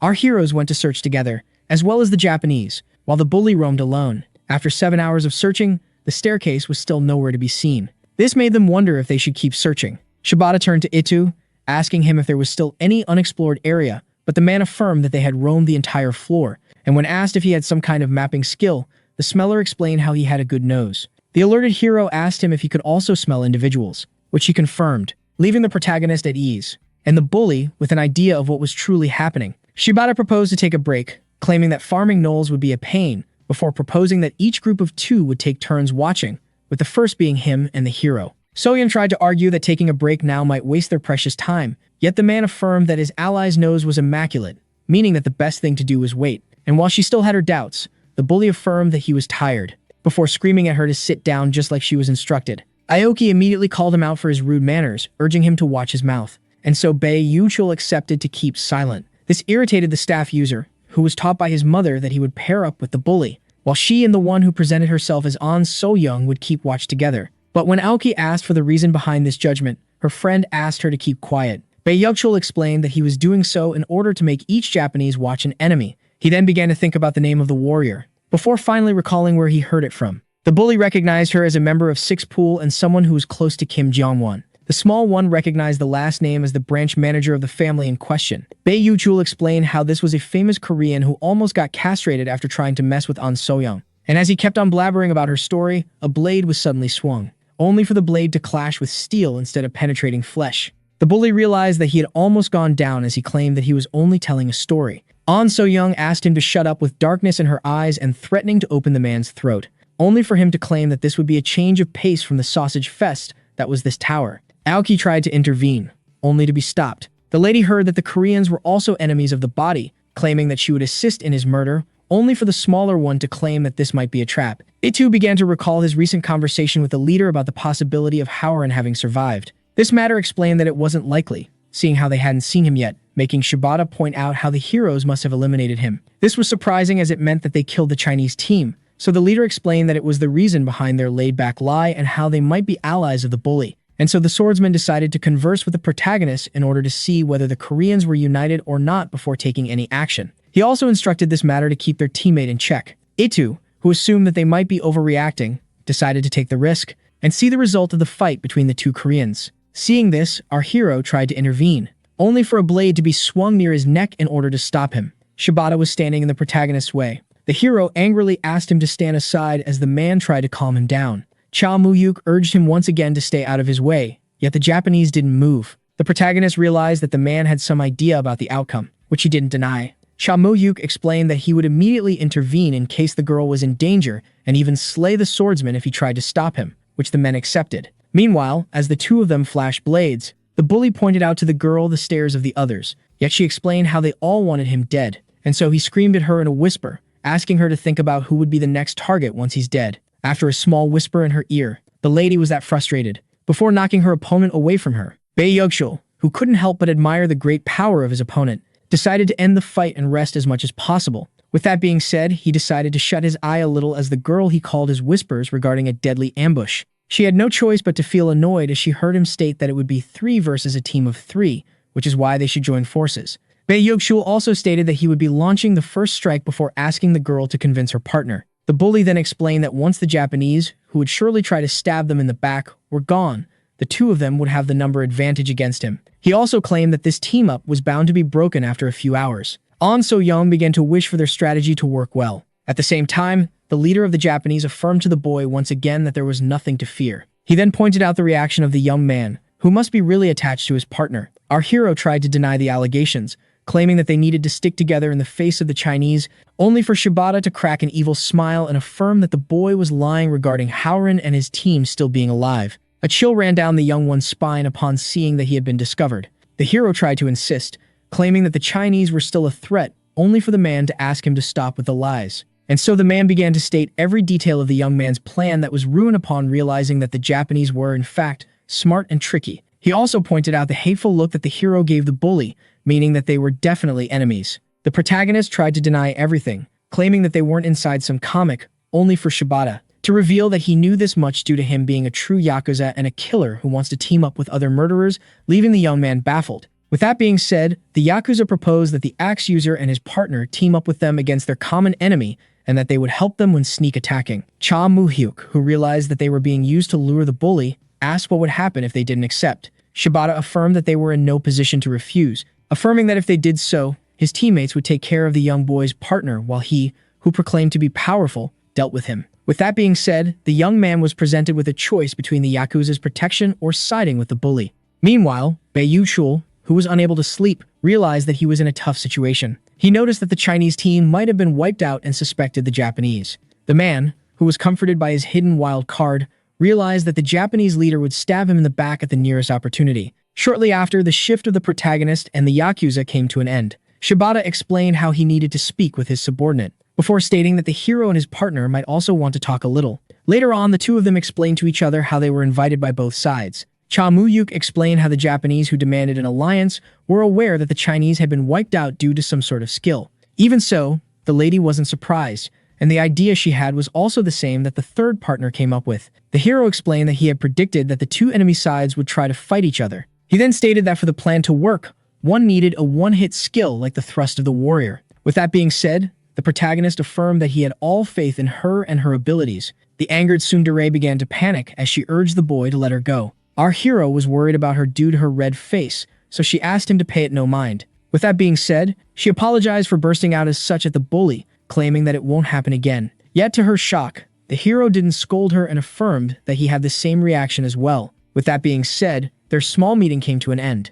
An So-young was baffled as he began to walk away. Our protagonist, who realized that he must maintain his composure, decided to rely on his own power, seeing how his skill was useless as his rank 6 stats had no points in them. And so he decided to have faith in the nails given to him by his good friend, the Goblin. Everyone realized that the final clash would occur at the time of the last shift, when the most hated character of all would be inside the straight passage. The bully cracked up an evil smile, as he had it all figured out. Shortly after, when the lady took their shift, the marauder explained how they had spent 1 hour and 30 minutes into it. Back then, she decided to ask the protagonist a question regarding his irrational move back then to save the body from the zombies, so he explained how he did it for the sake of the watches, making her lash out at him as it wasn't what she meant. Cha Muyuk explained that he had 3 motives, with the first being that Baiyuchul would have certainly survived the zombie, meaning that playing for his death would be useless, and second, it would be easier to kill him and take his loot. The third reason was something that the hero was ashamed to admit, as he wanted to end the life of the bully, who reminded him of his bad past by his own hands. The protagonist was certain that the only way for him to look into tomorrow was to kill the ghost of the past. At first, the young man didn't mind dying. Only now he found himself obsessed with the ranking, and so he apologized for all the problems he caused his partner. Back to the present, the lady prepared her weapon, hoping for the best. She then looked at the staff user, knowing full well that she had to end her with a single strike. In order for the plan to work, each side must consider the hero's allies, as the sneak attack would occur once the bully is positioned at the middle of the battlefield. Without the Japanese leader, he would try to betray the most hated one here. While Baiyuchul was certainly trying to target a single individual on the Japanese team, the first phase of the plan would be to pretend to be allied with the bullies, meaning that the lady would have to kill the staff user, as no newbie could parry her thrust. And seeing how her partner was tasked by the Yakuza to kill the bully, it means that no one would be around when the protagonist ambushed this matter. This should result in our heroes uniting in a 3-way battle against the 2 other survivors. The worst of cases could join forces. An So-young realized that taking the first blood was crucial, as well as dominating the exit in order to retreat if needed. Just then, someone woke up the bully, who asked if it was now morning. Cha Muyuk affirmed that it was high noon. Baiyuchul explained that he found the protagonist funny, which was his only redeemable quality. With that being said, the delayed bully went to proceed with his shift. And so, the Yakuza crashed his weapon, standing ready. Our hero did the same, as he firmly grabbed his axe. Baiyuchul tried to converse with Itu, who was having none of it. Meanwhile, the ladies noticed that the disgusting one was drawing near. Baiyuchul then expressed how curious he was about the smeller's loot, leaving him totally full of rage. The boy affirmed that he was just trying to initiate conversation, and with that being said, he took a menacing tone, claiming that he was about to show what he got from the last 4 stunts. With that, it began. An So-young charged at Aoki, who to her shock stood ready for her attack. The protagonist realized that something felt odd, and so the Yakuza drew out his weapon. The staff user, noticing the ambush, was trying to offer knowledge about their plan, as expected. Even so, our hero was confident in the abilities of his partner, who left the staff user amazed, seeing how she evaded her ambush. The marauder explained that it was too predictable. Our hero knew very well that his partner was powerful. She stabbed her opponent in the heart. Just like that, Aoki fell at the hands of An So-young, leaving the Yakuza horrified, as well as the third team member. The bully decided to use this window for some reason, invading the young one's heart, and so he threw his axe, thinking of how he began to expect the worst. Regardless of the upcoming surprise, a dark feeling of fear. The weapon was thrown in Bei Yujul's direction. At the second, the girl pulled out her blade from the most recent victim. A bright red light suddenly appeared in the tunnel. Cha Mu-yuk felt as if he couldn't keep his partner out of trouble as he promised, as well as sensing an incoming despair. An So-young always thought that she had to be strong while alone. This had always been her philosophy ever since childhood, which was greatly influenced by herself and her mother as well. So-young, who lost her father, was raised by her single mother, who decided to teach her about the cruelty of the world, claiming that it was a hard place filled with evil individuals and where one could only rely on himself. And despite her mother being a bad parent, the girl managed to make her proud. At some point, winning became natural to her, as she felt that none could rival her. Due to the world she lived in, An So-young never knew friendship. She never tried to befriend anyone, despite always treating them with respect. This cold world never allowed her to escape her solitude. She also met some walls on her way, like the massive waves of people disappearing back on Earth. According to her, her home was just like this continent, with the only difference being that winning means seeing tomorrow. Eventually, she got herself into Six Pool, which made her feel reassured, thinking that she had finally found allies. The lady believed that she would be safe with a powerful group, to the point where she even began planning to rise through its ranks, only to regret later on calling those people allies. For the first time ever, An So-young was frightened, thinking about the fact that she couldn't survive or fight back on her own. An So-young found herself ashamed on this continent and assumed she would be punished for asking for help, so she continued to run from this tragic day. She believed that solitude was her only way to survival, yet her mind was suddenly changed. The bright red light was so powerful that it blinded the girl, and also reached our hero, who was also blinded as well. He recognized this as the flash grenade, a rare skill that allowed the user to paralyze his target for 10 seconds if they were of the same level. The fact that the bully possessed this one-time skill was a shock to everyone. Just then, Bei Yujul grabbed the flying axe. This matter found him unable to move. He tried his best to resist in order to defend himself, unable to understand what was happening, only to be then decapitated by someone with a wide, atrocious smile. With a Tao out of the equation, Bei Yujul charged at the girl who couldn't move. The look he had on his face reminded her of her encounter with the branch manager. That left her with a sense of despair. Even so, she was ready to accept death, thinking of how she never relied on anyone. When suddenly, the hero arrived out of nowhere and kicked the bully in the back of his head, as great rage and fury filled his eyes. He then firmly planted the face of the brute in the ground. The hateful look he had on his face stunned his partner. The remaining Japanese were left amazed. As the protagonist moved before the stun effect was over, Cha Mu-yuk angrily asked Bei Yujul what he was trying to pull, threatening to stab him. Only then did he realize that the bully was charging up a skill to make him move away, and so he grabbed his partner in order to evade and ensure her safety. He then quickly checked up on her as she claimed to be unharmed. Bei Yujul, who was in a lot of pain, decided to ask the hero a question regarding the trick he used to escape his flash grenade that shouldn't be blockable by normal defenses. Yet, our hero wanted an answer to his question first, but just then, he decided to pull out his claws as he decided to drop the matter. Cha Mu-hyuk decided to put an end to Bei Yujul once and for all. The bully, who was still curious about the way the flash grenade was escaped, called out our hero for trying to act tough with his claws like a certain movie character. He then turned to the Yakuza, claiming that he couldn't stand him anymore and threatened to kill him first if he dared to approach. Shibata dared the bully to apply his threats, as they were now both in a difficult situation. Bei Yujul mocked him for his incidents despite having lost his teammates. With that being said, he claimed that tricks were now useless, before stating that he was now more reassured as things became truthful. With that being said, Bei Yujul declared the beginning of the death match. With the three-way on the brink of commencing, our heroes prepared their weapons, while the bully charged up his skills, as the Yakuza concentrated his power into his blade, and with tension now at its peak. Our heroes were the first to charge up ahead. The protagonist immediately went for the ghost of the past. The lady found herself in a tough situation, as she was now face to face with the Yakuza that she decided to take on alone. Just after the first clash of steel, the lady repositioned herself, and began to deal blows with such speed and precision that it amazed her opponent. Seeing how he was overpowered, the man was left annoyed, and decided to resort to his own skills, in order to push her away as she claimed that he wasn't as strong as he seemed. The man was left annoyed, seeing how he was being underestimated.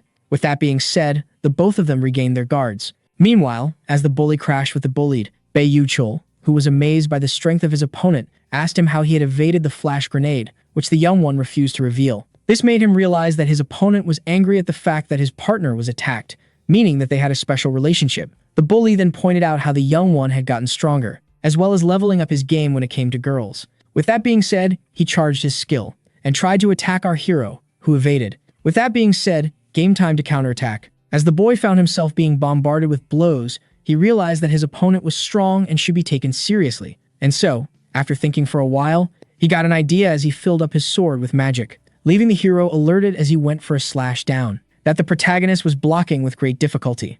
Usual claimed that the protagonist was just like his other lackeys who immediately showed incidents once they gained a little power.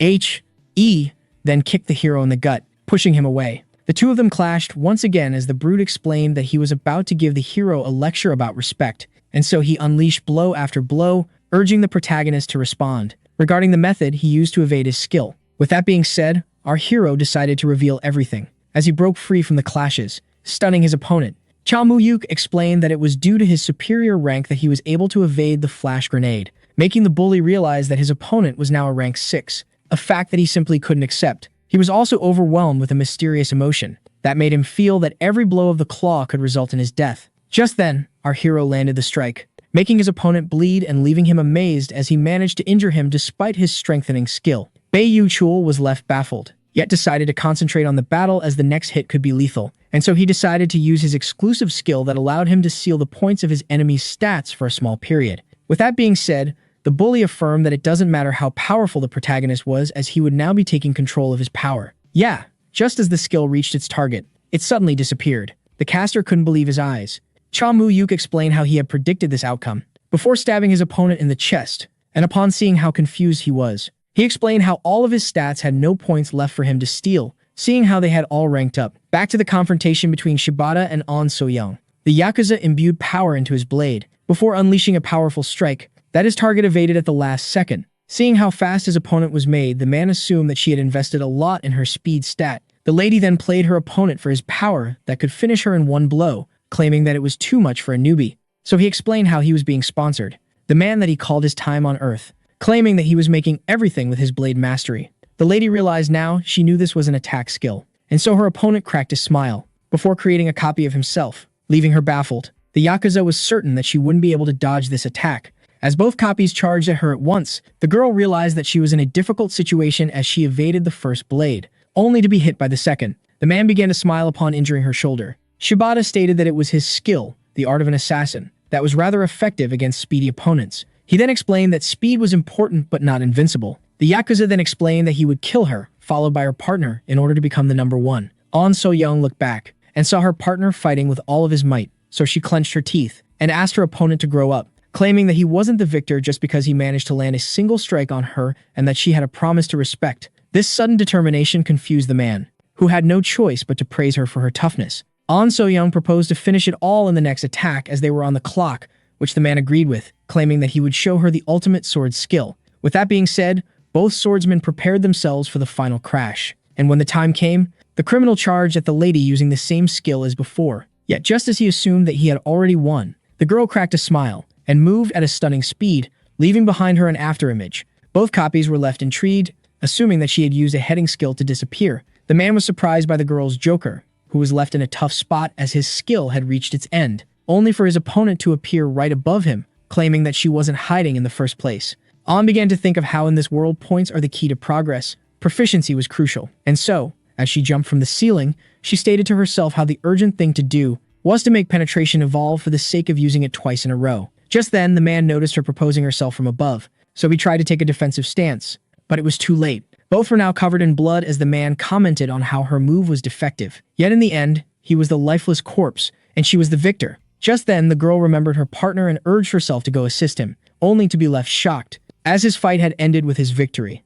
Upon laying eyes upon her, the hero cracked his warm smile and praised her for winning. The girl, who was left shocked, began to cry tears of happiness, grieved by the fact that she wasn't going to be alone anymore. Having met someone special in this hellish place, someone unique that she never knew, someone similar to him before. But things weren't over, as the rings of the bully began to shine. Meanwhile, An So-young was feeling true happiness for the first time. The two victors rushed to each other. An So-young was stunned to see that she found such an energetic smile in the middle of hell. This made her remember that she too was entitled to happiness. Yet due to this illuminating smile, she saw something horrifying. And just then, the rings of the bully were activated, making him disappear. She realized that the pretty smile that she cherished so much was now being approached by evil and malevolence. Upon seeing him reappear, she realized that it was now too late to warn her partner. Thus, she was left with one choice. With that being said, she gathered all of her courage, grasped her blade, and launched herself forward. The hero was left confused, as it seemed that his partner was trying to kill him. At first, he couldn't process the information. Yet upon seeing her bypass him, he turned around. The hero couldn't believe his eyes. The sight of blood left him horrified. Bae Yugchul and An So-young had stabbed each other. The bully was left confused, as he had completely. But the girl affirmed that he could never erase or hide the evil aura that he was emitting. This greatly frustrated the man, who tried to go for the final blow, only to be stabbed in the face by the claws of the protagonist. Bae Yugchul had finally and truly met his end. But unfortunately, the great warrior also fell to the ground, leaving her partner to hold her in his hands. Seeing her bleeding so much, Cha Mu-yuk desperately decided to resort to the medicine he had, only to be stopped by the lady, who affirmed to him that she couldn't be saved anymore. And since her doom was inevitable, she asked him to stay with her just a little longer. The protagonist broke down in tears, claiming that this would have never happened if he had properly killed his opponent. But the fact that the bully got back up was something that no one could have expected. So-min claimed that she didn't blame him as he allowed her to repay the favor. But the crying hero affirmed that there was nothing to pay back and that he only did what was normal. The lady revealed that this wasn't what she was talking about, as saving a life wasn't something out of the ordinary. Cha Mu-yuk was left confused, so she explained how she had a hard time making friends. But then she came to this world where she had to only rely on herself, which is why she doesn't regret sacrificing herself for him. So-young then thanked the protagonist, who leaned closer for the first and final kiss. She then recalled the time she revealed to him how she wanted to stick with her valors forever. But seeing how she failed to do so, she backed the hero to fulfill this dream for her sake. And with that being said, she finally let it go, and bid him farewell with a smile one last time, leaving Cha Mu-hyuk broken and in tears. Shortly after, in the dark abyss, the enforcer was peacefully drinking tea, when he was approached by none other than the winner himself, whom he greeted with a smile. The protagonist didn't speak a word in response, as his eyes were dead. The demons then pointed out that the contestant must be exhausted, which is why he invited him to sit. It then explained how it hadn't witnessed such a spectacular final in a long time. This made the hero realize that the entire match had been watched by the enforcer, who was particularly pleased with him and his late partner kissing. The demon then began to explain that he had skipped the watering parts and went straight to day 8. This earned him the protagonist to stand up and place his claws near his face. Despite his smile, anger came out of the demon's eyes. Cha Mu-hyuk furiously ordered him to shut his mouth as they were not here for his amusement. He asked the hero if he had taken any watches, particularly the one of his late partner, yet he was unable to respond. The enforcer knew that he had offended the protagonist, who, according to him, no matter what he collected and acted tough, was still not convincing. He said those words with a malefic smile. The creature that accused the young man of acting like one of those sad heroes from the shows was going to repent for taking the stuff of his late partner. Our hero didn't like to deny the accusation, yet he claimed that due to the system that the demons had created that allowed them to loot corpses, it was the only thing for him to do, to take a piece of the dead with him. The protagonist then asked the demon to not pretend as if he knows about humans, seeing how he had driven them to the edge without giving them a clear explanation of the rules, claiming that this made the demon unconvincing as well. With that, the creature left as it wasn't able to deny the argument of the human. The enforcer decided to forgive the young man for his insolence as he managed to argue despite being mentally tired. Yet out here, he didn't respond. With that being said, the demon decided to grant the victor his grand prize by touching his mark. The appearance of a sudden chest confused the hero, so Kero claimed that he would take his time explaining, starting off with the ranking. With that being said, he snapped his fingers. The demon then explained that more monsters were killed in round 13 than many others, which he didn't expect. With that being said, he touched the watch of the hero, asking him to take a look at it. This left the young man baffled, as he had a more than 12,000 kill count that earned him first place. The demon affirmed that there was no need to hide his joy, before explaining how he would be rewarded with 1,000,000 points and 10 kilos of bones of the prime dragon, which left our hero baffled. Kero explained how these bones are the only remains of a dragon,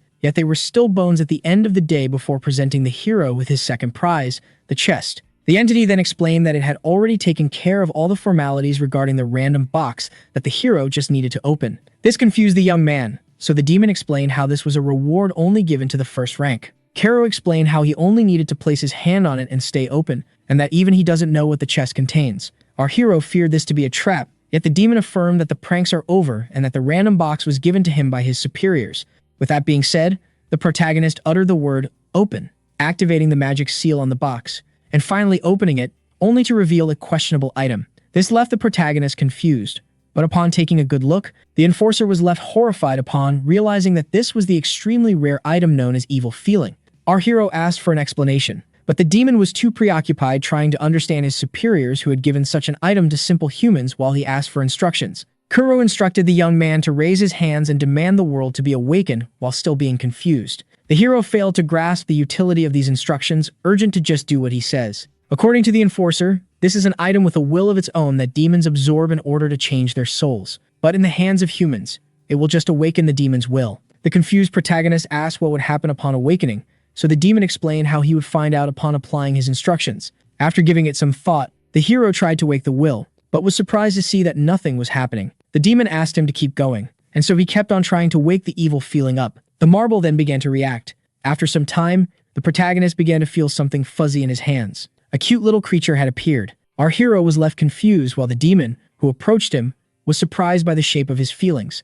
The creature, who suddenly popped up, startling the protagonist, explained how it was its first time seeing the evil feeling awakened, as it is normally just absorbed. Cha Moo-hyuk was surprised to see the demon not trying to steal the precious item from him, so he explained how he wasn't allowed to touch the prize of the winner. Kero explained how the furball that he had to name would obey the will of the protagonist and that he would have to discover its hidden purposes that even he ignored. With the awards ceremony being over, the enforcer pledged the winner to get out. When asked if naming the creature was mandatory, the annoyed demon explained that it would help connect the spiritual and physical worlds. After thinking for some time, Cha Moo-hyuk decided to make his leave with his new friend, Fluffy, which weirded out the demon due to how corny the name was. Just then, he stopped mid-course and decided to demand something more. Kero already knew what the young one was going to demand. The demon realized that the protagonist wanted to take the body of his dead partner. His sad, dead eyes were enough to answer. The enforcer explained that except for the winner and his possessions, everything in the tower after day 10 would be counted as his belongings,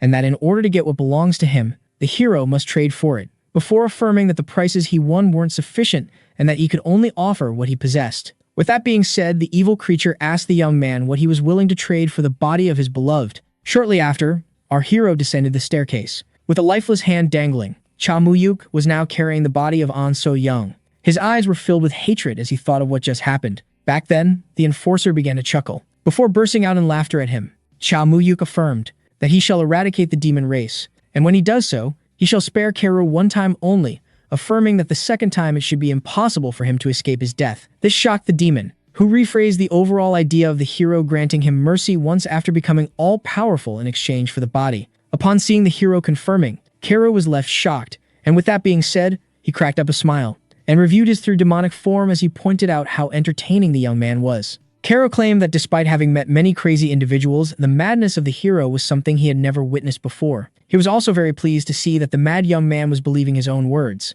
Cha Moo-hyuk asked for the body of his beloved at once.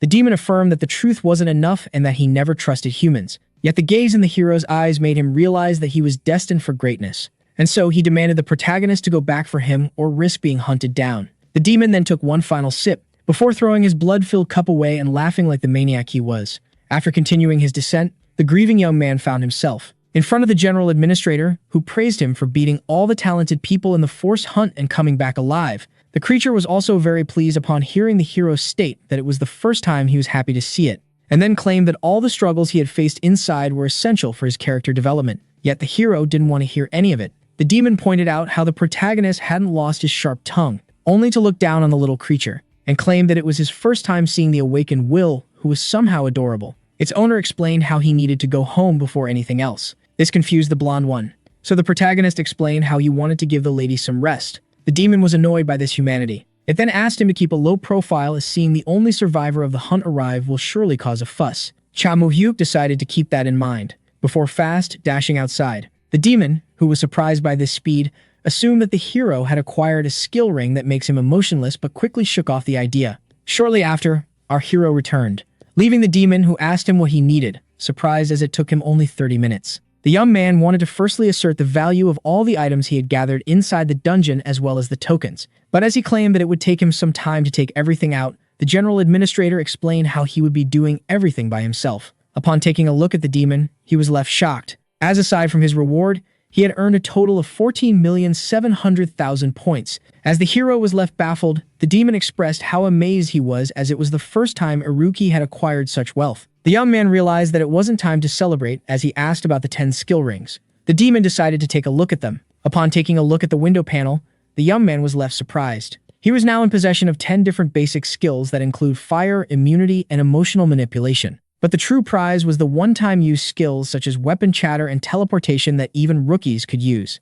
And so he decided to equip himself with these 2 skills and learn the remaining 8, as well as buying all available resistance skills. The demon was pleased to see that the young man was finally spending his points wisely. With that being said, the 10 skills became part of the young man's arsenal. The creature then decided to move on to the skills he had just bought. With that being said, our hero gained many resistances. The demon explained how many rookies foolishly buy attack skills when they should focus on the resistances, which are a little more pricey. With everything being set, the young man decided to take care of the most urgent matter. Having decided to trust the words of his master, and so Cha Muyuk asked for the dragon bones to be added to his body. What shocked the demon, who asked the hero if he grasped the meaning behind his own words, yet the young man confirmed his desire to replace human bones with the draconic ones. The creature explained how these bones would be hard to wield as a weapon and wasted on enhancing the Wolverine claws, affirming that it might give the protagonist the strength he wants if he manages to survive the procedure. The administrator revealed how he had never implanted such high-value bones and asked the protagonist if he was certain of his choice, seeing how high the chances of his death were. Even so, the young man affirmed that he was certain of his choice. This made the creature smile, as it immediately began the operation, claiming that he wasn't to blame if anything bad happened. Just then, our hero noticed that his mark was beginning to react. He pushed Fluffy aside for its own safety. With that being said, our hero was lifted into the air. Veins began to pop up from his hands and feet, and even his face and neck. As he suddenly began to cough blood, the protagonist found himself in great agony. The creature, amused, who noticed that the operation would be very painful, decided to use this as a chance to test the endurance of the human, and see if he would prevail in fighting the strength that he seeks. The agony had no end. Our hero could clearly sense the painful process of his entire muscle structure being destroyed and reconstructed. Blood began to come out from his eyes and mouth. Blood was also coming out when he began to cough. Yet he was possessed by a burning desire to survive the operation, determined to never taste defeat ever again. Back then, when he returned home, the young man affirmed to his master that he would try to return as fast as possible, so the old man affirmed that he should be accepting his thanks,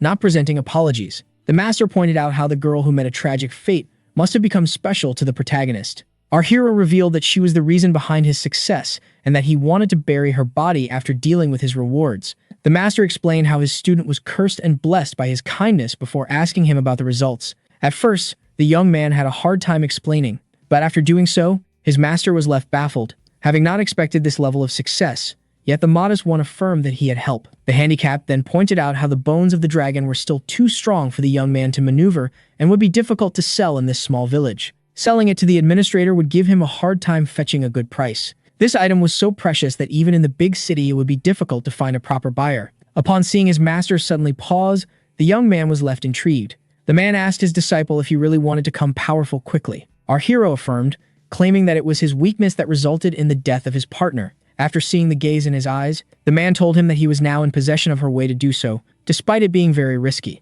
claiming it to be a way used by a single person that arrived even before the administrator settled in the tower, and despite having his doubts, he decided to tell his student. The man affirmed that he was free to accept or refuse this method, where he should prepare himself for death. The young man turned and looked at his late partner. Our hero smashed his fist on the table, affirming that he wanted to know about the method as he was ready for anything for the sake of power. The teacher expected such an answer from his disciple, and so he revealed it all to him. Back to the present, the administrator affirmed that the hero was an idiot for not taking his warning seriously regarding this impossible operation. And just as he claimed that a rank 6 was too weak to survive the bones of the dragon, the window panel suddenly popped up and left him utterly shocked. As all resistances and recovery skills had been upgraded to grade 6, the demon assumed that this was an effect of the transplant, as this unknown phenomenon to him could only be explained by the transplant damaging the young man in all fields. This also made him realize that the young man, who was aware of this intention, had purchased all resistance skills. Meanwhile, Fluffy looked in silence with tears in his eyes.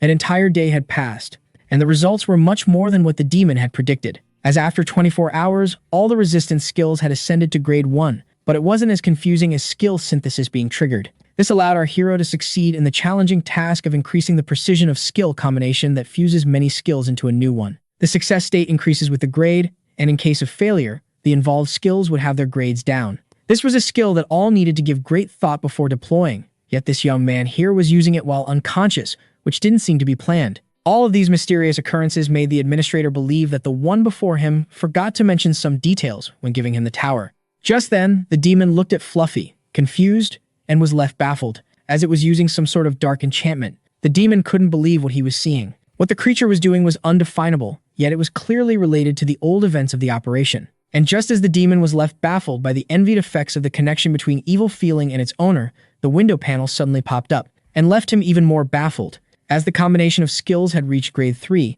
which was something never seen before on this continent. The demon knew very well what would happen if the young man kept on growing. 2 hours had passed, and all skills created by the skill fusion would become level 2. A skill known as comprehensive resistance was created that could give our hero overall endurance. 4 hours after that, and the young man in pain slowly began to regain consciousness. The demon was left baffled, as the little creature kept on doing its things. Finally, after 2 hours, comprehensive resistance reached grade S. With that being said, a black energy surged from the protagonist, who finally landed on the ground. His landing stunned his will, scattering dust all over the room. With that being said, the bones of the dragon had been successfully implanted into our hero. This was now a new chapter in Cha Mu-yuk's life. Once alone, the administrator pulled out her pipe and lit it up, thinking about how those events were intriguing, even interesting.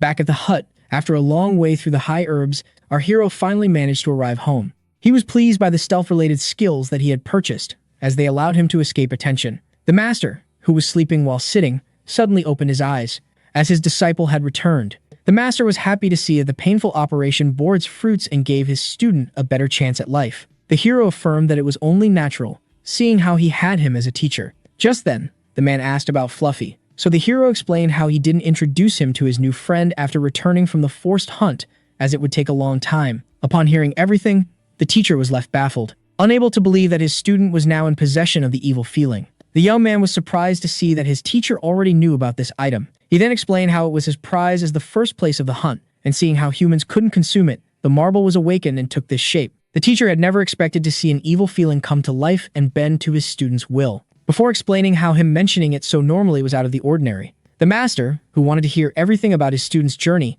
affirmed that the young one had a much more important matter to handle first, as the body of his beloved was lying on the table. The man then explained how he had taken the necessary precautions in order to prevent the body from rotting, stating that despite only having one leg left, he still had some skills he could put to good use, earning him the gratefulness of his student, who gently picked up So Young. Cha Mu-yuk apologized for delaying to hear this long. When asked where he wanted to bury her, the hero revealed to have a peaceful, isolated place in mind. With that, the master asked him then to let her farewell in return. The protagonist expressed his gratitude towards the man who looked after his partner, only for him to state that no thanks were needed, and so he picked her up and went to bury his beloved. It was now dawn. Our hero stood in front of the tree, remembering the good old days, and the first time he met the girl, this tree separated their hunting territories. Our hero apologized for having entered her domain. He then apologized for burying her in the soil, as graveyards usually attract grave robbers, promising to bury her later somewhere better. The protagonist, who claimed to be trustworthy, affirmed that with his progression, he would be back soon. He then presented his claws to the girl, claiming to have upgraded them to grade 1 and that they were very much efficient. The hero recalled how she once accused him of stealing this weapon from the movies, making tears roll down his eyes. Even so, he quickly dried them up, affirming to his partner that he would be alright, and that he still remembered her words. The protagonist was determined to fulfill their promise regarding taking down the demon god before coming back for her, and so he bid her farewell until their next reunion, asking the little marble to follow. But Fluffy turned his gaze, and found An So Young sitting nearby. The spirit then waved goodbye, and with that being said, the evil feeling began to follow his master. A gentle smile was drawn on her face, as she wanted her partner to lighten up. While walking through the forest, the young man began to think of how during the operation, he lost consciousness multiple times to the pain and could only feel darkness and great agony. But somehow, in the madness of unconsciousness, he could only see her pushing him to keep going. The young man claimed that this unfated death gave him courage, seeing how the lady overcame all obstacles and deserved to take on the demon god. Our hero couldn't accept the fact that someone like So Young was now under the soil, and so he affirmed that this particular crime of the demon race was unforgivable. Later on in the Aspel village, it was stated that the monthly rent was 200,000 points, with ejection the day of the delay, and that requests for getting servants were acceptable. This is what Liratal, the demon in charge of the tower, said to our hero before asking him to get out of the tower. But the protagonist stated that she was only repeating her words from yesterday and asked her if there was anything new, only to be met by the same coldness. Our hero began to think of all administrators' bad personalities who should show some more hospitality, seeing how their job was to provide kindness. Even so, the protagonist was glad that the papers weren't too difficult. Cha Mu-yuk was now living inside a village, thinking of how due to him being the only rookie alive, he would be hunted down by the clans that sponsored the others. Moving to another village was something forbidden to first years, which is why he had no choice but to buy in advance as a village colonist, like a second year. Despite the procedure being expensive, our hero claimed that it was worth the risk as they had the freedom to choose. The modest house that he purchased was more expensive than his old home and would serve as a base inside this village. the protagonist returned. He began to think of how he wanted to give the best care to his master. He claimed that Mr. Ku was an expensive caretaker that he hired to go on long journeys without worrying about his master. He should drop the formalities and call him by his name. The current caretaker seems to be from the orc race despite his looks and takes his job very seriously. Just then, the master called out his student for relying too much on his evil feelings, before stating that he didn't need care and that his students should just focus on becoming stronger. This made the caretaker feel as if he was not needed, so the teacher tried to clear the misunderstanding. As our hero explained that he didn't agree with him, Cha Mu-yuk explained that knowing that his teacher was being taken care of would give him the relief he needed in order to keep evolving with a clear mind. With that, the master had no choice but to follow the logic of his student. Cha Mu-hyuk explained how he was now strong enough to not be constantly worried about overspending his points in order to reassure his teacher. The man then pointed out how powerful his student, who asked the orc and the magical item to play in the garden, had become, revealing that he had expected him to become rank 6, and that it was a total surprise to see him surpass rank 6 by a lot. The teacher also explained that the bone transplant had many benefits as it made him greatly strong, and that it was no shock that some old phenomena would happen during the operation, like the mysterious way he created a resistance skill while being unconscious. The young man affirmed that he was confused as well and claimed to have assumed this to be some kind of survival instinct. The teacher explained that comprehensive resistance of grade 4 was very rare across the entire continent and was challenging for one to enhance alone. When asked about his last course of action, Cha Mu-yuk revealed how he had a place in mind he wanted to visit. Upon seeing this, the teacher cracked a smile, asking his student to do his best once there. It was now nighttime. Our hero was lying on his bed thinking. He hadn't slept alone in a while, as back in the hut he would share the bed with the armless man. With that being said, he raised his fist, and began to look at the butterfly pin that he once offered to his late beloved, and began to think of how well it suited her. Back then, our hero almost forgot to take the pin from her body, and so he asked So Young to not get angry at him, as he would surely give it back upon returning. The young man wanted to fulfill his promise to the girl, and was determined to see it through until the end. 2 days had passed. Our hero found himself under the sun, walking in the wide desert. He then stopped upon arriving at his destination, and lifted up his hood. The protagonist was now in front of the fortress beneath the dune. Upon feeling something jiggling, he realized that Fluffy wanted to come out despite the heat, but then realized that it shouldn't be a problem seeing how a first-class item shouldn't be too much affected by the desert. Cha Mu-yuk began to think of how this impressively immense sandcastle was reputed for its rewardless monsters. Farming points would be difficult, and there was no easy way around this map according to the master in this place that was considered as cursed ground by Aspel. Even so, the protagonist had one reason behind his presence inside it. Something began to form itself inside his hand, and after some time concentrating, the core consumer was now in possession of a sword. According to the hero who has the ability to craft small shields, this sword was pretty efficient despite not being crafted from the bones of a dragon. According to the protagonist, most monsters like the skeleton soldiers were labeled as swordsmen. Yet despite these troops being weak, they were known for their formidable sword skills, meaning that the protagonist could learn the way of the blade by fighting them. Cha Mu-yuk was determined to become more powerful. He also didn't forget the promise he made to his late partner, which is why our hero rushed inside the cursed grounds, determined to locate and kill the demon god.